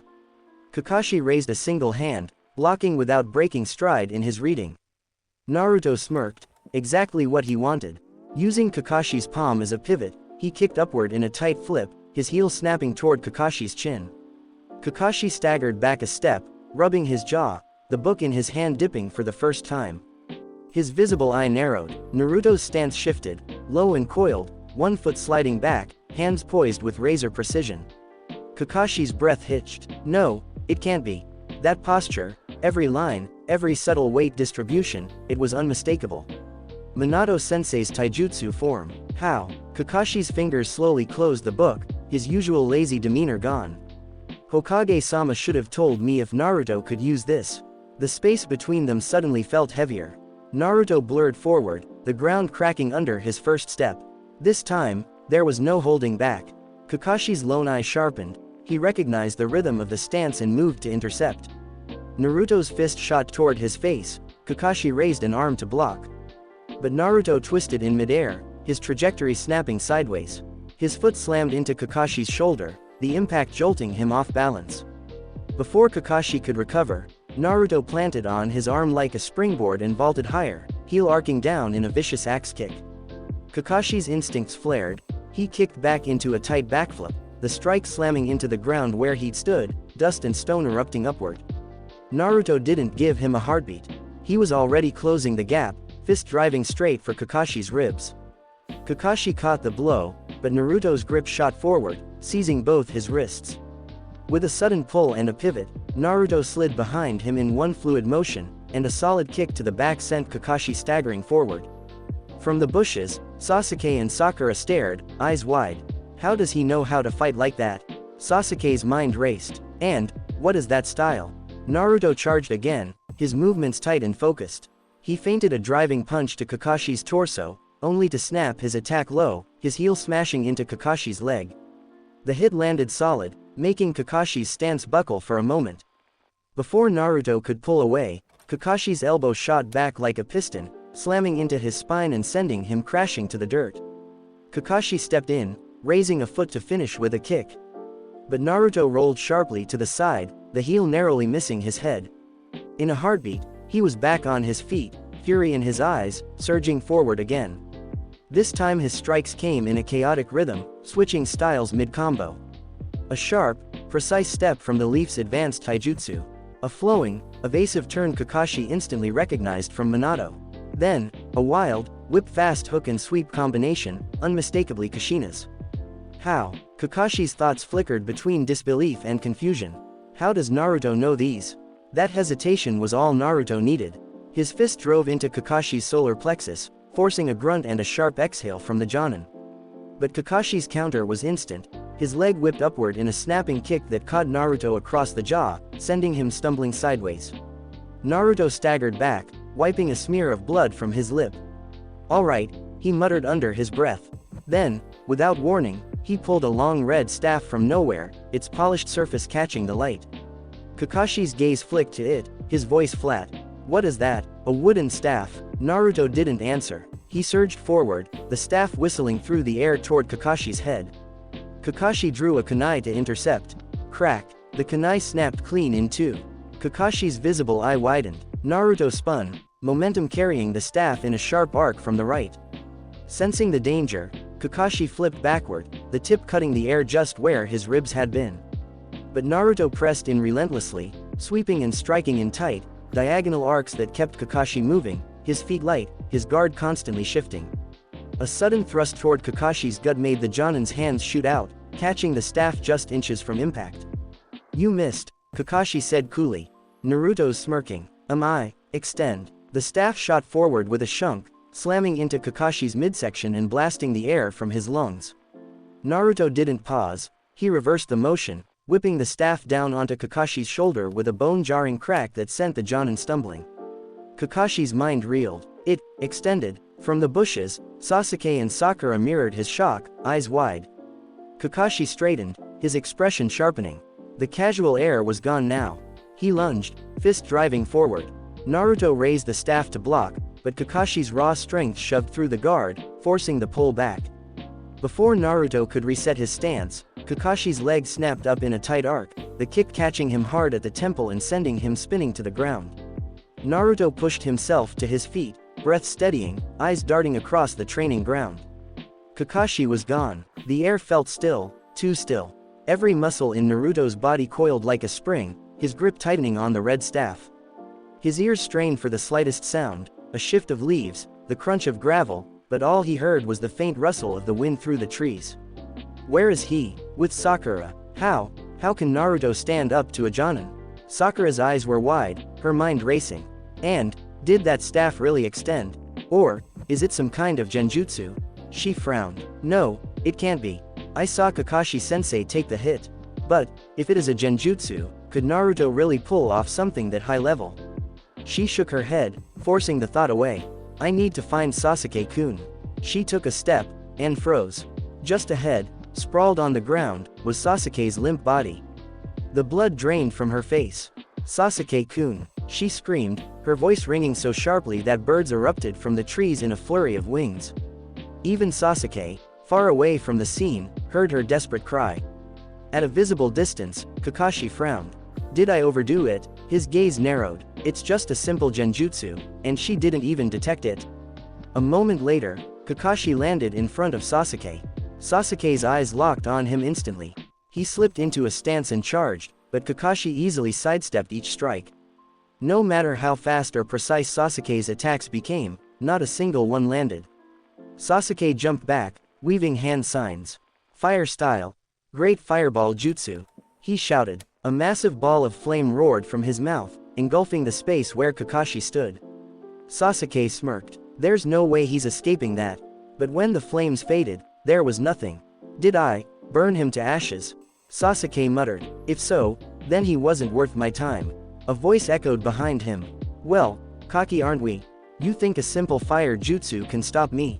Sasuke's eyes darted around. Kakashi was nowhere in sight. Then, without warning, something clamped around his ankle. He looked down and froze. Kakashi's head was emerging from the ground beneath him. In one swift motion, Kakashi yanked him down, leaving only Sasuke's head exposed above the earth. Let's see what the great Sasuke Uchiha can do, Kakashi said, his tone dripping with amusement. Bring me out, then I'll show you. Sasuke roared. Do it yourself, Kakashi replied casually and walked away. Naruto stayed rooted in place, every muscle coiled, still waiting for Kakashi to make his move. Then Sakura's scream tore through the air. His eyes narrowed. Sounds like he went to Sakura and Sasuke. He exhaled sharply. Man, he's a difficult opponent. How am I supposed to take the bells from him? If I do, I'll have to give one to either Sasuke or Sakura. I'd prefer Sasuke, I think. But if Sasuke gets them first, will he give one to me? And if Sakura gets them, TCH, she'd definitely hand the other to her precious Sasuke-kun. Naruto closed his eyes, willing himself into his mindscape for advice. Nothing happened. Instead, a glowing screen appeared before his inner vision. The words were cold and final. Access denied. You must pass this without help from parents.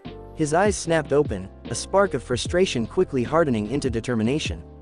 Then another screen flickered into view, this one bearing a simple hint. Hint. How many members does a genin team have? Naruto raised an eyebrow. A team has 3 members, he muttered. But now they're saying only 2 can be in a team. He scratched his head, clearly annoyed. That's your idea of a hint.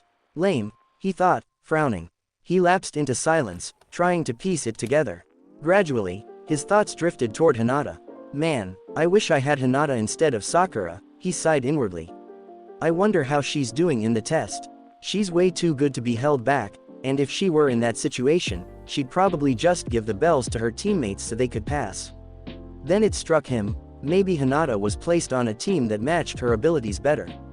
Team, he repeated, the word echoing in his head. Wait, do we need to take him down together?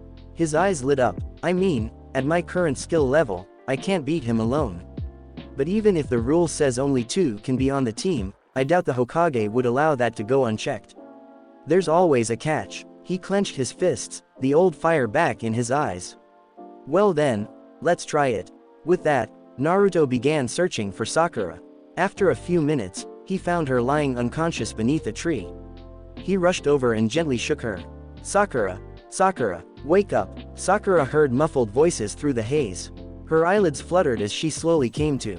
The world came into focus, and Naruto's face filled her vision, shaking her by the shoulders. Suddenly, she shot up. Sasuke, relax, Sakura, Naruto said, placing a hand on her shoulder. Relax, you want me to relax? Sasuke-kun is dead, someone killed him, she shrieked. Naruto sighed, I think you're just imagining things. No, she shouted. I saw it happen. Where did you see it? Naruto asked quickly. Right over there, she cried, pointing toward the trees. Naruto followed her finger. The clearing she pointed to was perfectly calm. No blood, no signs of struggle, no body. Sakura, I think Kakashi-sensei put you under a genjutsu. One that shows your worst fear. Sakura froze, her breathing heavy. She turned to Naruto, eyes narrowing. Really, why are you helping me? Trying to get a date out of this or something? I know why you've been so quiet all year, don't think I don't see through it. Naruto's eye twitched. Really, why would I ask you out now? Yeah, I did before, but I don't have feelings for you anymore, so stop assuming stuff. I came to help, that's it. He turned to walk. Come on, we need to find Sasuke. I think I've figured out how to take the bells from Kakashi-sensei. Oh really? Sakura scoffed, standing. And if you have a plan, why don't you take the bells yourself? Only one of us can pass, right? You're just gonna give the bell to me, huh? No way, Naruto shot back. I'd give it to Sasuke before I gave it to you. What did you just say? Sakura yelled, furious. We don't have time to argue, Naruto said sharply. If you follow me, I promise I can get you on the same team as Sasuke. Sakura's anger melted into sudden hope. Her eyes lit up. Really, you mean that? Then let's go. We have to find Sasuke-kun. With that decision made, Naruto and Sakura began searching for Sasuke. Unbeknownst to them, Kakashi watched silently from the treetops, his single visible eye narrowed with interest. Eventually, they found him. Sasuke was half buried in the earth, his face scowling even in defeat. Naruto burst into laughter. PFF'd. Haha, nice look, Sasuke. Sakura, on the other hand, rushed forward in concern. Sasuke-kun, are you okay? Shut up, Dobi, Sasuke growled, glaring at Naruto. Oh really, and what if I don't? Naruto smirked, crossing his arms. Just help me already, Sakura snapped. Stop messing around. Alright, no need to yell, Naruto grumbled. I've got sensitive ears, ya know. Together, they pulled Sasuke out. He brushed the dirt off his clothes with quiet irritation. Naruto stepped back and said, okay. I think I've figured out a way to take the bells. Sasuke narrowed his eyes. If you really had a plan, why didn't you just take them already? I said I know a way, not that I can do it alone, Naruto replied. We'll need to work together. As a team, Sasuke and Sakura exchanged skeptical looks. Seriously, Sakura scoffed. There are only 2 bells. That means only 2 of us can pass. Naruto shook his head. That's where we're wrong. Tell me, how many genin are in a standard team? 3, Sakura replied automatically. Right, so if only 2 of us pass, are we saying the Hokage's fine with forming a 2-person team? Sakura paused. I guess that doesn't make sense. Exactly, Naruto said, eyes focused. Kakashi-sensei is trying to trick us, turn us against each other. Make us fight for the bells, so we forget what this test is really about.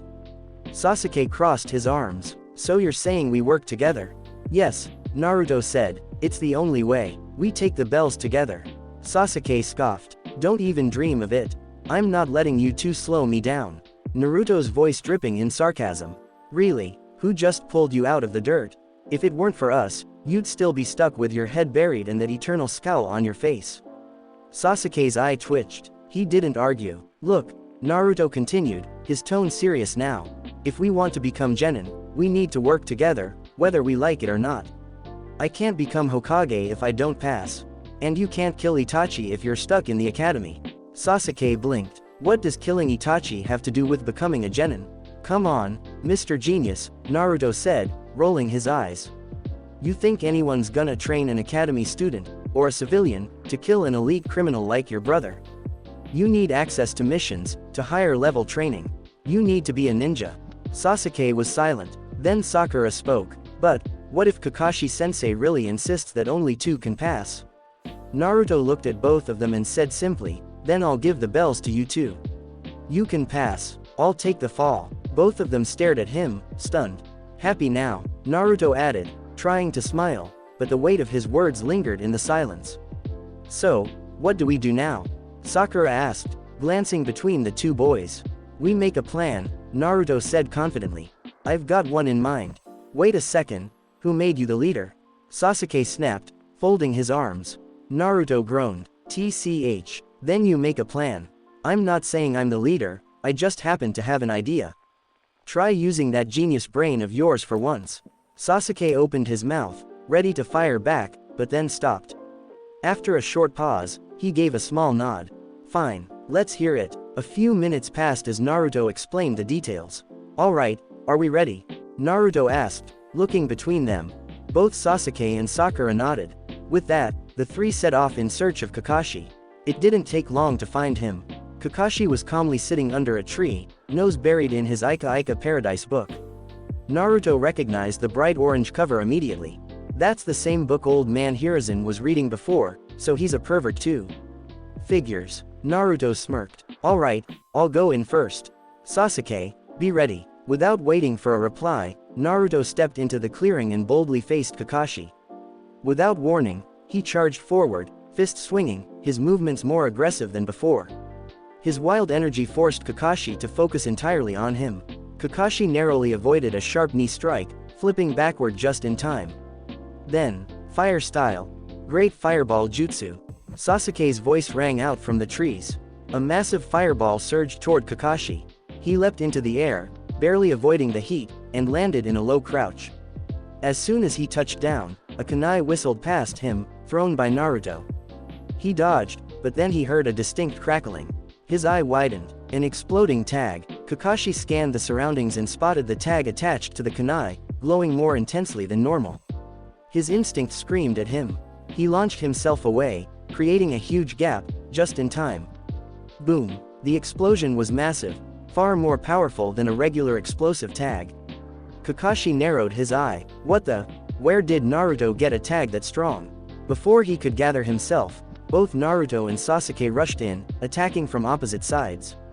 Their strikes came in sync, each one fluidly supporting the other. Kicks, punches, and feints. This wasn't wild brawling. It was teamwork. They're in sync. When did they start working together like this? Kakashi thought, genuinely impressed. Then, alright, now, here comes my ultimate jutsu. Naruto shouted, grinning like a maniac. Kakashi immediately shifted into a defensive stance. Naruto formed a cross-hand sign. Puff. In a burst of chakra smoke, 20 clones surrounded Kakashi. Shadow clones. He knows shadow clone jutsu. At this scale, Kakashi thought, astonished. Then, all the clones cried out. Warok no jutsu. With a second puff, the clones transformed into scantily clad girls with strategically placed wisps of smoke and clothing, using their hands to barely cover their modesty. Hair flowing, eyes sparkling, they were practically models from the covers of adult magazines. Sasuke, observing from a distance, went rigid. What the hell? Sakura, hiding in the bushes, turned red with shock, then red with fury.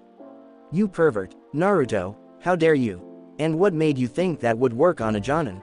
But Kakashi wasn't resisting. In fact, he wasn't even blinking. His single visible eye went wide with pure joy. These are the girls from the... This is perfect. And then, Fush. A geyser of blood erupted from Kakashi's nose as he was sent flying backward, collapsing in a heap with stars circling his head and a dazed, blissful smile on his face. Naruto grinned. Bingo. Sasuke stood frozen, speechless. Sakura stared, horrified, until Naruto shouted, "Now, Sakura!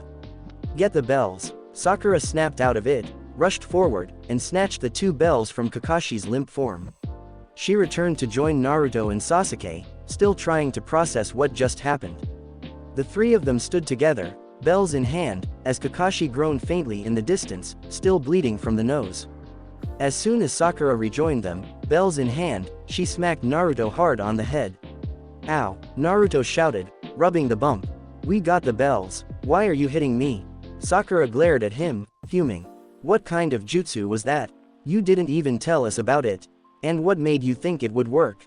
Naruto backed away slightly, waving his hands. "I didn't really plan it, okay. I just saw the book Kakashi-sensei was reading, and I recognized it." "You recognized it?" Sakura asked suspiciously. "Yeah," Naruto said, face going red. "I saw the Hokage, reading it a few times. I got curious when I was younger and opened it. Found out it's, erotica." Sakura's jaw dropped. "You're telling me Kakashi-sensei is a pervert? And the Hokage, too?" Naruto nodded solemnly. "If they weren't, it wouldn't have worked, right?" Sakura crossed her arms. "Still, that was overkill. Hey, what was I supposed to do?" Naruto defended. "I already tested it in front of the Hokage once. Same reaction, blood geyser and everything, and now it worked again. I'm just saying, maybe it works on everyone. Maybe even girls." Sakura's eyes narrowed dangerously. "No way, we don't fall for cheap tricks like that." Naruto smirked. "Oh yeah, says the girl who can't go 5 minutes without, Sasuke-kun, Sasuke-kun." He made an exaggerated impression of her voice. Sakura's face turned crimson. "Shut up, don't even think about trying anything stupid, Naruto. Relax, I'm just saying, might be worth testing." Sakura raised a fist. "Don't push your luck." Naruto gulped. "Right, shutting up now." Just then, Kakashi walked toward them, still dazed from the recent attack, a dreamy look in his eye, and giggling like a pervert.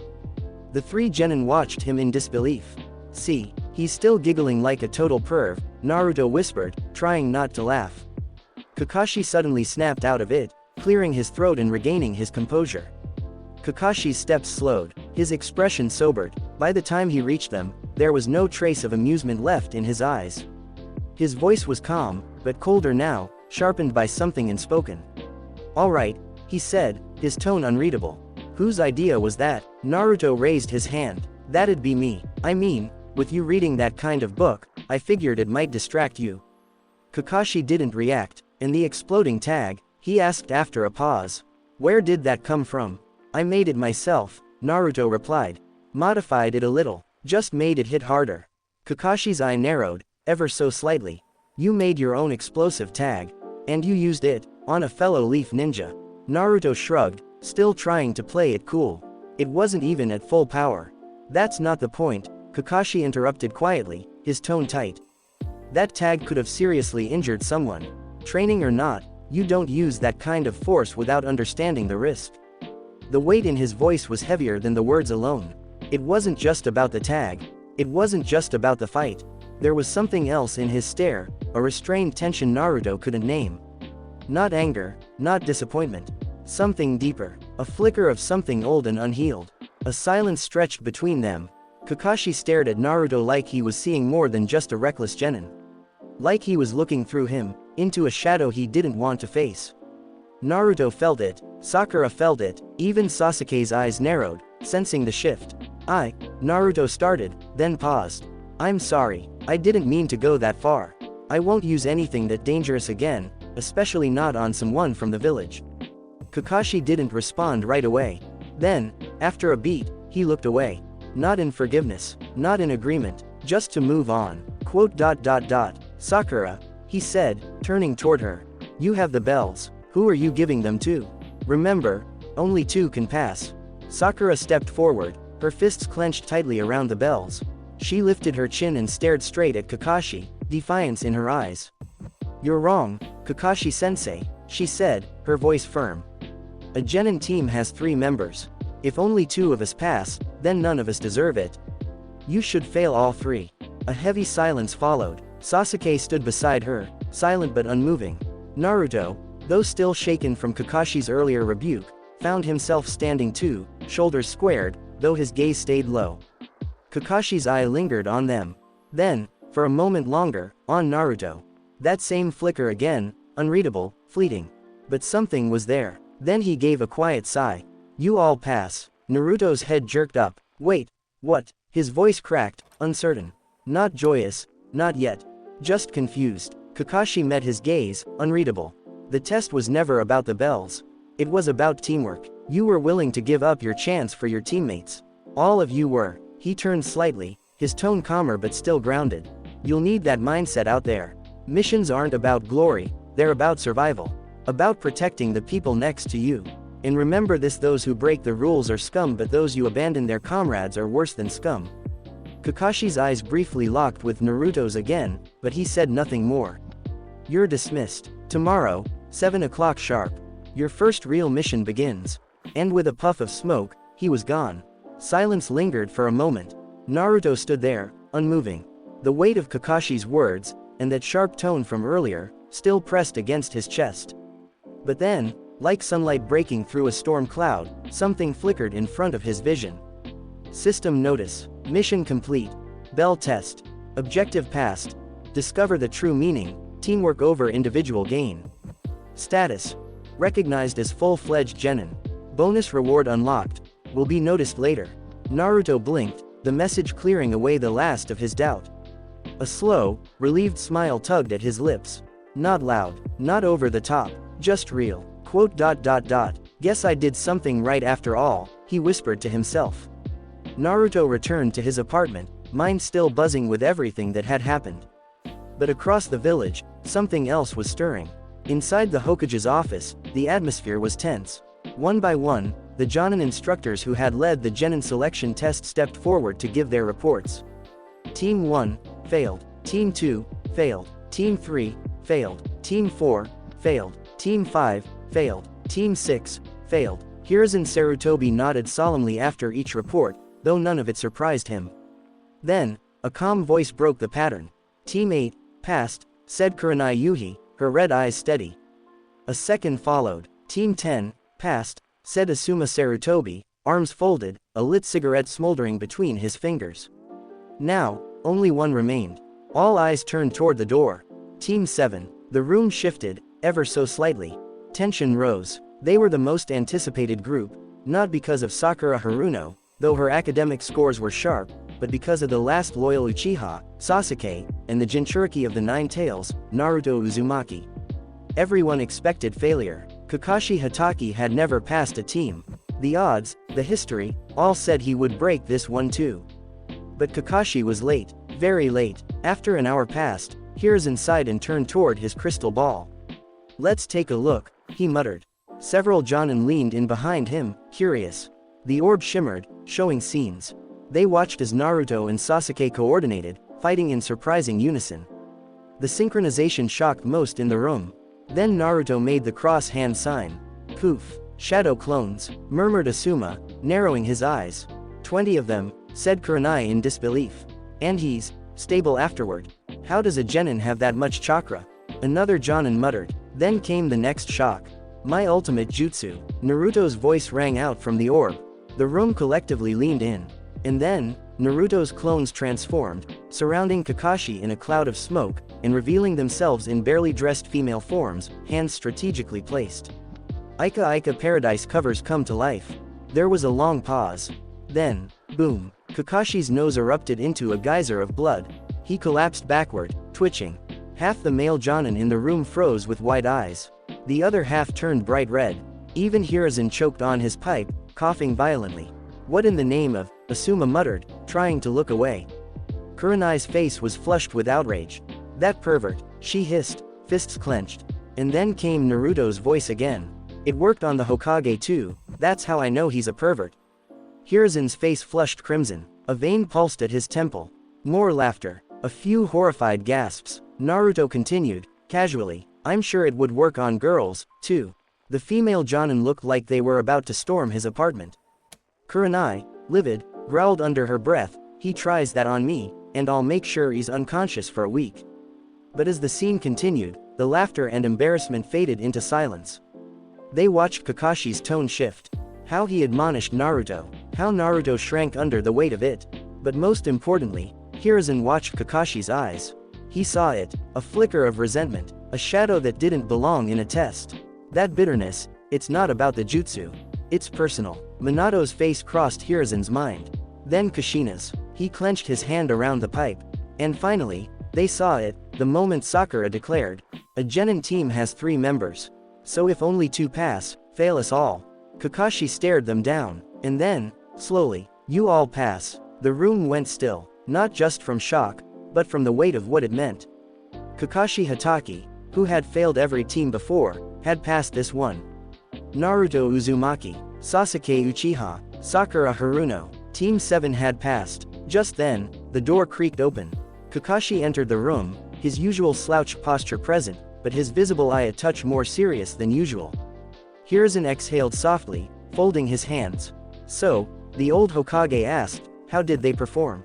Kakashi's tone was casual. Don't you want to ask if they passed first? We already know you passed them, Hiruzen replied calmly. What we need is your report. Kakashi gave a tired sigh and scratched the back of his head.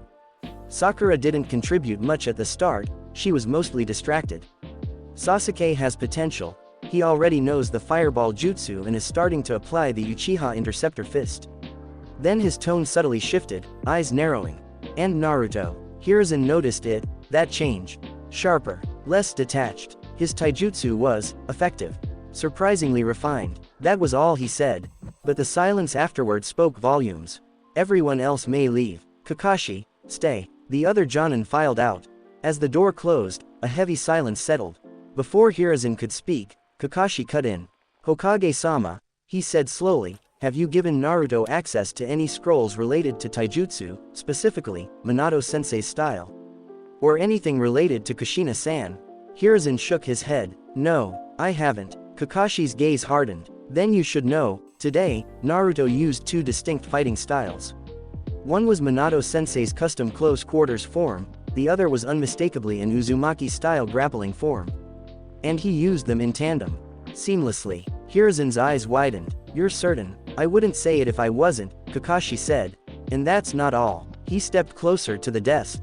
Did you give Naruto any special weaponry? A red bow staff. Hiruzen's expression stiffened. No, I've never given him anything like that. Well, he has one, Kakashi said flatly. It's strong enough to shatter a kunai, and it extends on command. He used it against me. Hiruzen almost choked on his pipe. You're saying, what, a bow staff that extends? I saw it with my own eyes, Kakashi replied. So tell me, if you didn't give him these things, where is he getting them? Hiruzen stayed silent for a moment. I don't know, Kakashi, he said truthfully. But that's not the only thing I want to talk about. Kakashi raised an eyebrow. I watched some part of the test, Hiruzen said, his voice growing heavier. And I watched your interactions with Naruto very closely. You were harsher on him than necessary. Your resentment, it's subtle, but it's there. The air in the room turned cold. If he hasn't noticed it yet, Hiruzen continued, he will. And when he learns the truth, about his parents, about you, do you understand what that will do to him? You were Minato's student. You were there when he died. And Naruto is his son. Kakashi's voice came low, bitter. If Naruto hadn't been born, Minato-sensei would still be alive. The words hung in the air like a curse. And then, a pulse of killing intent flooded the room.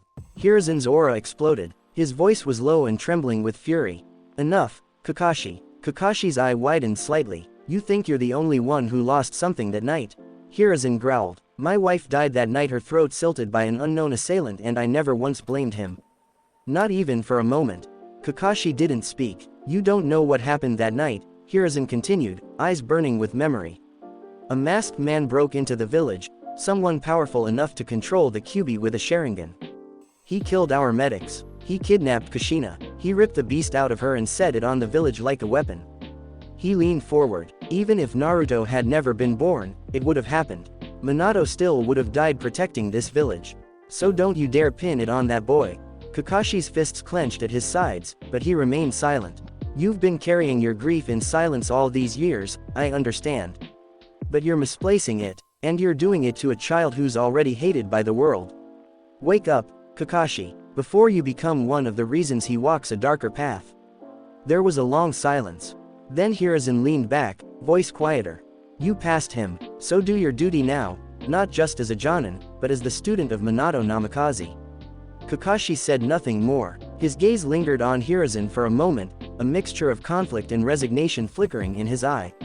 Without another word, he turned sharply and left the room, the door closing softly behind him. Hiruzen remained seated, the weight of the moment hanging heavy in the silence. Status window, legacy system. Name, Naruto Namikaze Uzumaki. Status, Genin. Level, High Genin to Low Chunin. Chakra level, Near Infinite. Chakra control, Mid Genin. Intelligence, 33. Strength, 35. Speed, 30. Agility, 23. Reflexes, 21. Taijutsu, 11. Ninjutsu, 5. Genjutsu, 2. Fuinjutsu, 10. Stat points available, 0. Naruto, The Legacy System Chapter 8, The Initial Days, a Naruto fanfic. Chapter 8, The Initial Days. The next morning, chaos erupted and the Hokages lay scattered across the floor, drawers yanked open, and shelves left bare. Papers fluttered in the breeze from the open windows as if they too were fleeing the storm within. At the center of it all stood Hiruzen Sarutobi, the third Hokage, normally composed, wise, and measured, now tearing through his office like a man possessed. It had started just minutes ago. Hiruzen had arrived at the office, ready for the day. Today was important. The newly promoted Genin teams were scheduled to receive their first missions. Ever the diligent leader, he had prepared the appropriate scrolls the night before, neatly organized by team and rank. With a sense of satisfaction, he had taken his seat, ready to begin the day. As was his custom, he reached into his drawer to retrieve his tobacco and pipe. But the drawer was empty. His heart skipped a beat. He opened the next drawer, also empty. The backup pipe, gone. The fine tobacco he prized, cultivated exclusively in the land of tea for its exquisite aroma, vanished. A chill crawled down his spine. Desperation rising, he yanked open the bottom drawer, the one he always kept locked. His secret stash of Ika books. Special editions, signed by Jiraiya himself, gone. His heart dropped into his lap. His eye twitched. A silence hung in the room for one terrible moment. Then all hell broke loose. Hiruzen rampaged through the room, tossing scrolls aside, flipping furniture, overturning files. He summoned a shadow clone and sent it to his personal quarters to search his home. 15 minutes later, the clone dispelled with nothing to show. The panic in Hiruzen's eyes turned to something darker.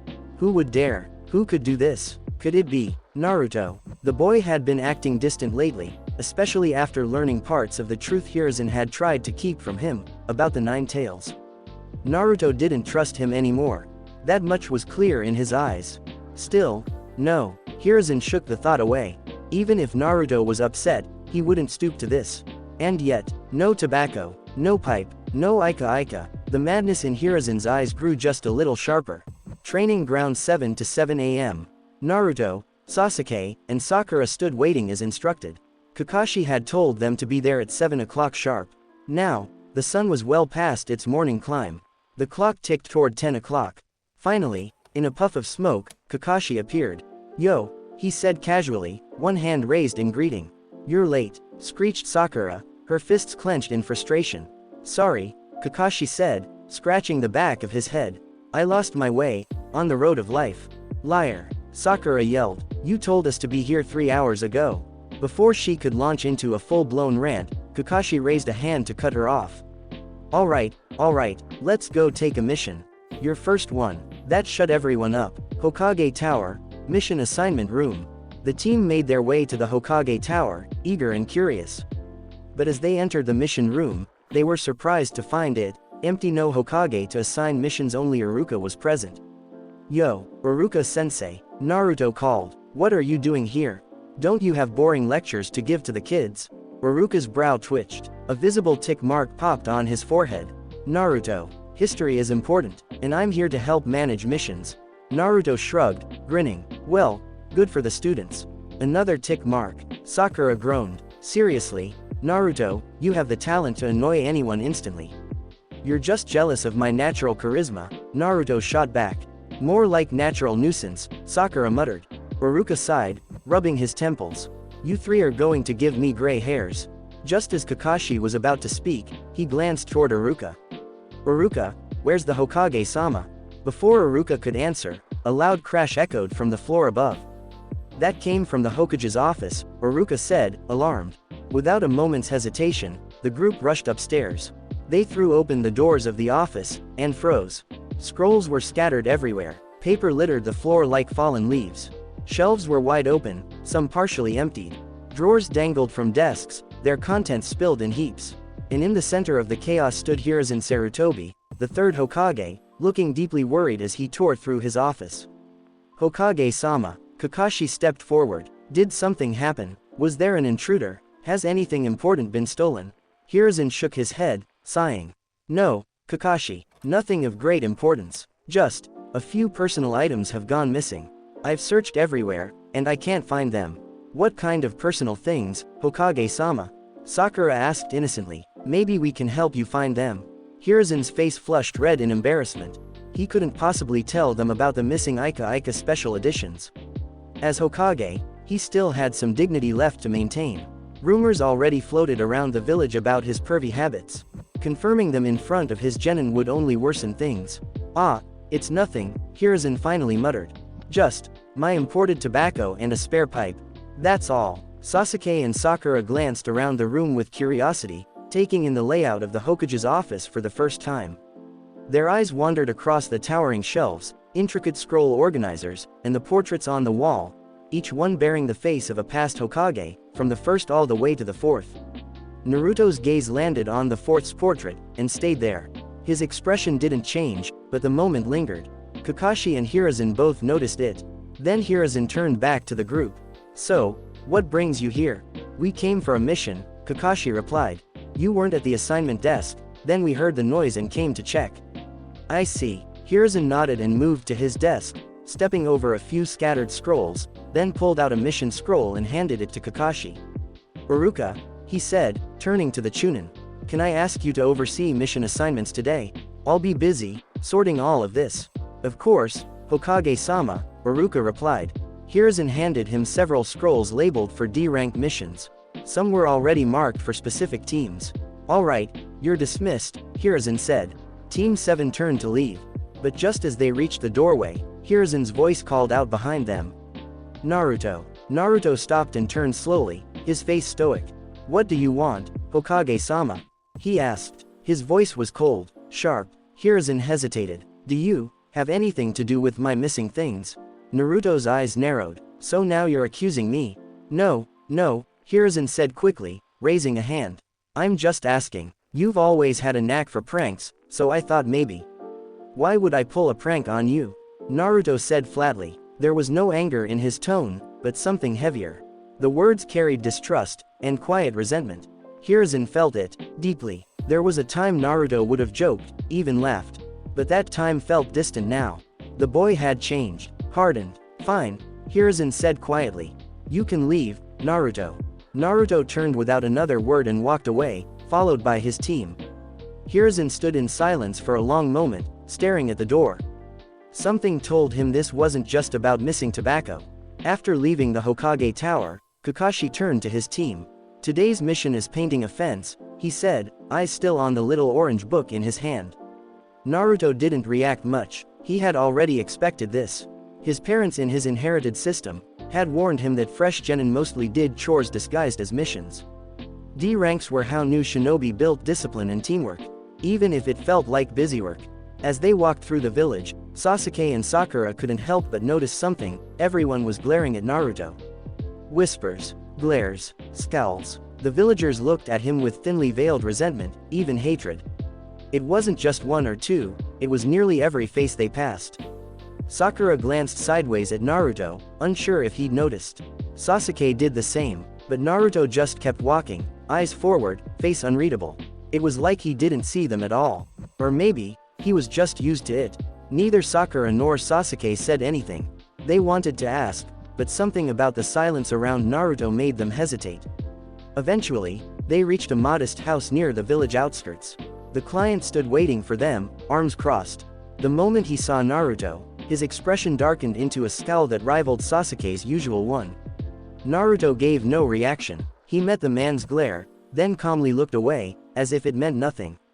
The client didn't say much, just handed over brushes, buckets, and paint, then turned and walked back inside without so much as a word of thanks. Soon, the genin were quietly scrubbing and cleaning the fence in preparation for painting. Kakashi, of course, had found a shady spot under a tree and was now deeply engrossed in his Ika novel, occasionally turning a page with one hand while sipping from a small juice box with the other. Silence lingered, until Naruto spoke, casually and without looking up. "You know, Sasuke, if you and that grumpy old man had a contest for world's best scowl, it'd be a tie." Sasuke, predictably, scowled. Naruto smirked. "See, talk about your scowl and it just appears. I swear it's alive, it's got its own chakra system or something." Sasuke glared harder. "Tch, Sakura," rolling her eyes, snapped. "Shut up, Baka, we're here to finish a mission, not to bother Sasuke-kun." "Geez, lighten up, Sakura," Naruto muttered as he scrubbed a stubborn patch of dirt. "I just hope you don't inherit his eternal scowl. It'd look terrible on you." Sakura flushed a deep red, caught between embarrassment and irritation.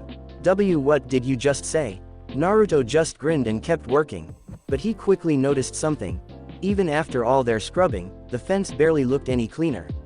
At this rate, it would take hours. With a sigh, he stepped back, formed a familiar hand seal, and suddenly, poof! 20 shadow clones appeared, instantly getting to work along the length of the fence. Sasuke's eyes widened just slightly. He hid his surprise well, but it was there. Sakura, on the other hand, gawked. "Wait a second, where did you learn that jutsu?" she asked, astonished. "The academy clones are just illusions, but yours are real." Naruto shrugged. "I can't do the academy one. It takes fine chakra control. I probably have too much chakra to get it right. But I sort of stumbled across this version by accident." Sakura watched the clones scrub diligently, clearly impressed. "Can you teach us? It's way more useful than the academy one."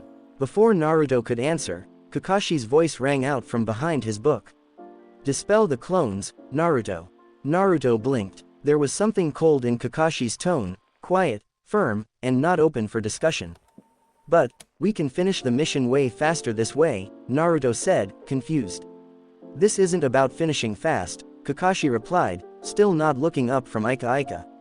"It's about teamwork. You're not here to solo the mission. Now, dispel them." Naruto hesitated, then sighed and obeyed. The clones vanished in 20 quick puffs of smoke. Sakura pouted slightly. "Still, that jutsu's amazing. And super practical." Kakashi finally looked up. "And for your information," he said, tone even, "you wouldn't survive using it." Sakura blinked. "Huh, that's not the academy's clone jutsu," Kakashi explained. "That's the shadow clone technique. It splits your chakra evenly between each clone. Even seasoned jonin rarely make more than 10 without risking serious chakra drain." His visible eye turned serious. Someone with low chakra reserves could die trying to make even one. Sasuke's expression tightened. Sakura looked stunned. "Wait, you're telling me Naruto made 20? Naruto scratched his cheek, awkwardly. "Yeah, sometimes more if I'm feeling excited." Both of them stared at him, silent, shocked. For once, even Sasuke had no clever comeback. After that, they began to clean the fence and sweep the dust somewhere away. Hours later, they took out the paint cans and started painting the fence. It was 3 in the afternoon by the time they completed the mission. They got the scroll signed by the client and headed toward the Hokage Tower to report. For the next 2 months, nothing really changed. Team 7 continued doing chores disguised as D-rank missions, and Hiruzen still hadn't found his missing pipe or his Ika collection, and Naruto began to train more rigorously ever after the bell test. He is totally outclassed by Kakashi, and Kakashi didn't seem that he was even trying with that. Naruto improved his physical training pertaining to his strength and speed and reflexes. He improved as he has parents in his system. Amid everything, Naruto began to notice something that unsettled him more than he cared to admit. Kakashi seemed to hate him. No, hate wasn't quite the right word. It was more complicated than that. It was as if Kakashi didn't even see him. Like he wasn't there at all. That hurt. More than he expected. The idea that his father's own student couldn't stand him cut deeper than the glares of the villagers or the cold indifference of the academy teachers. Kakashi never raised his voice at him. Never scolded him. Never even argued. But it was the silence that stung. The way Kakashi's eyes slid past him. The way he spoke only to Sasuke and Sakura, giving Naruto nothing but vague nods and curt commands. It was like he didn't exist. And somehow, that was worse than being hated. Still, Naruto didn't show it. He didn't tell his parents, the ones who lived inside his system, about Kakashi's coldness. He didn't let the pain show in his eyes when he was with them. He had grown used to this kind of treatment since childhood, and while it hurt, it didn't discourage him. If anything, it fueled his determination. He would prove them all wrong, Kakashi, the villagers, everyone who had ever doubted him. One day, they would all see who he truly was. Currently, they were at Training Ground 7, finishing yet another round of team formation and trust-building exercises. It had been 2 full months of the same routine. Other than these repetitive drills, Kakashi hadn't taught them a single new technique. Naruto had stopped asking questions a while ago. He could already guess the answer, and seeing no progress, he decided there was no point. But Sasuke, increasingly frustrated, finally spoke up. "Kakashi-sensei," he said, his tone sharp, "we've been doing this for weeks. When are you going to teach us something real, actual techniques?" Kakashi looked up from his book, eye lazily shifting toward the team. "I will," he said flatly, "but first you need to build trust. Real trust. What's the point of being strong if you can't function as a team? That kind of strength only makes you a liability. It gives the enemy leverage and makes you easy to break." Sakura nodded, trying to look understanding, but even she seemed unsure. Naruto, silent as ever, kept his thoughts to himself. Deep down, he agreed that teamwork was important, but he also couldn't shake the feeling that Kakashi just didn't want to teach them anything. It was noon, and after another round of exhausting team-building exercises, Team 7 gathered under the trees at Training Ground 7 for lunch. Sakura and Sasuke opened their lunch boxes, and even Kakashi set his book down long enough to unwrap his own bento. Sakura glanced over at Naruto. "Hey, Naruto," she said, "why aren't you eating?" Just then, a shadow clone appeared beside him, handed over a neatly wrapped bento box, and disappeared in a puff of smoke. Naruto casually opened it, revealing a well-prepared, balanced meal. Sakura leaned in, curious. Inside the box was a variety of foods: steamed rice for carbohydrates, grilled chicken and rabbit for protein, a colorful assortment of vegetables for fiber, and small portions of fruit and pickled greens for vitamins. It was the kind of meal that looked both nutritious and delicious. Sakura's eyes widened. "Whoa, where did you get all this?" Naruto smiled slightly. "I cooked it. You know how to cook?" Sakura asked, surprised. Naruto nodded. "Yeah, I had to learn. I can't always go out and buy food, right?" Sakura looked at him, a little impressed. Before she could say more, Naruto held the bento out toward her. "Wanna try some? Are you sure?" she asked, hesitant. Naruto nodded again. "Yeah, go ahead." Sakura picked up a piece of grilled chicken and tasted it. Her eyes widened. "This is really good. How did you learn to cook like this?" she asked, reaching for another piece. This one tasted different. She chewed thoughtfully, then looked at him. "Wait, this isn't chicken. What is it?" "It's rabbit," Naruto replied casually. "I hunted it in the forest." "Hunted?" Sakura blinked. "But why? You can just buy meat from shops." Naruto shrugged. "Why buy it when I can hunt it? I mean, on long missions, we won't always have the luxury of eating home-cooked meals. Sometimes we'll have to rely on whatever's out there, either hunt or survive on ration bars. I'm just getting used to it early." Sakura stared at him for a moment, quietly processing how much thought and effort he had put into something so simple as lunch. "I didn't know you thought about stuff like that," she admitted softly. Naruto just smiled, then continued eating. Sasuke, silent the entire time, cast a sideways glance at Naruto, a faint look of curiosity flickering across his face. Kakashi, still reading, didn't comment, but his visible eye shifted briefly toward Naruto's bento before returning to his book. The team continued eating in silence, but something about the air felt different, like, for the first time, they were really starting to see Naruto. "Okay, for today, you can have the day off. Do whatever you want," Kakashi declared lazily before vanishing in a puff of smoke. Naruto stretched his arms behind his head and began walking toward his apartment, enjoying the rare freedom. As he rounded a corner, he heard someone shout, "Boss!" He turned toward the voice. It was Konohamaru, running toward him with two other kids, a girl with pigtails and a boy with glasses and a perpetually runny nose. Naruto stopped and waited for them to catch up. "Boss, I'm glad I ran into you," Konohamaru said, beaming. Naruto grinned. "So, did you master the exercise I gave you?" "I completed it, and these two are trying to learn it too," Konohamaru said proudly. Naruto blinked, genuinely surprised. 2 months ago, Konohamaru could barely focus long enough to meditate, let alone complete chakra control drills. But considering his age, and the fact that he wasn't a Jinchuriki, it was believable. "Then show me," Naruto said, crossing his arms with a smirk. Konohamaru grabbed a few leaves from a nearby tree and carefully placed them across his body, on the tips of his fingers, one on his forehead, and one balanced on each knee. He closed his eyes in concentration, brow furrowed in effort. Naruto watched closely. Konohamaru's control wasn't perfect. He clearly had to focus hard to keep the leaves steady, but he was doing it. "You did great, Konohamaru. You've mastered it, for now," Naruto said, impressed.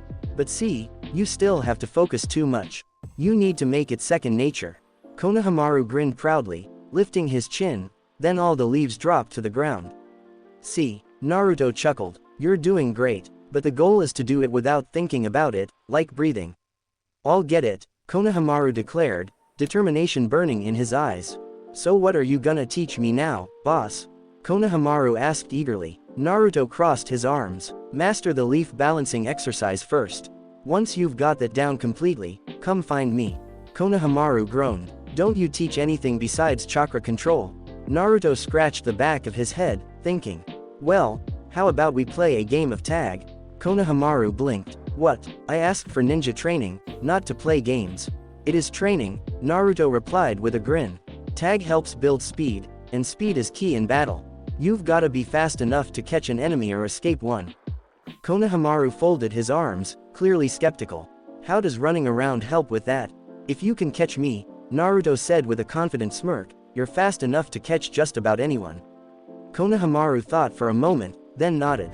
"Okay, fine, let's play tag. But you have to teach us kunai training too." Naruto sighed. Alright, later. One thing at a time." He glanced at the two kids standing quietly beside Konohamaru. "And what about you two? What are your names?" The girl stepped forward with a smile. "My name's Moegi." The boy with the runny nose pushed up his glasses and mumbled, "I'm Udon. I like math." Naruto blinked. Cool." 2 months later, Team 7 stood once again before the Hokage, their patience wearing thinner by the day. They were exhausted, not from fighting enemy ninja or surviving deadly missions, but from endless D-rank chores. Cleaning gutters, chasing cats, weeding gardens, it was enough to drive any aspiring ninja mad. Hiruzen glanced up from his paperwork with a faint smile. "Ah, Team 7, I think I have the perfect mission for you." Naruto clenched his fists, ready to explode. "If he says cleaning pig pens again, I swear." But before he could open his mouth, Sakura stepped forward sharply. "Enough, Hokage-sama, could you please stop giving us chores? I got my face scratched twice last week by that demon cat." Sasuke, unusually vocal, added, "We didn't become ninja to be errand boys. We want a real mission." Even Hiruzen and Iruka raised their eyebrows in surprise. They hadn't expected Sakura or Sasuke to be the ones to snap. But what shocked Iruka the most was Naruto's silence. Then Naruto quietly said, "I second them." Iruka stepped forward, trying to reason with them. "You three, D-rank missions exist to help you get used to the responsibilities of the shinobi world." "I understand," Naruto replied evenly, "but how are we supposed to learn anything if we never leave the village?" Hiruzen stroked his beard, thoughtful. "I don't know if you're ready for AC rank yet." Sasuke and Sakura looked ready to explode. But before they could burst out, Naruto tilted his head and casually said, "By the way, I think I saw a stack of Ika books yesterday. They were tossed in the dump near my building. Neatly wrapped, pretty sure they had the author's signature on them." Hiruzen snapped his head toward Naruto. His eyes widened. That had to be his collection. "Baka, what are you even talking about?" Sakura shouted, smacking Naruto on the back of the head. Naruto grinned. Hokage-sama knows what I'm talking about. Suppressing a cough, Hiruzen turned to Kakashi. What do you think? Are they ready for AC rank? Kakashi slid his hands into his pockets.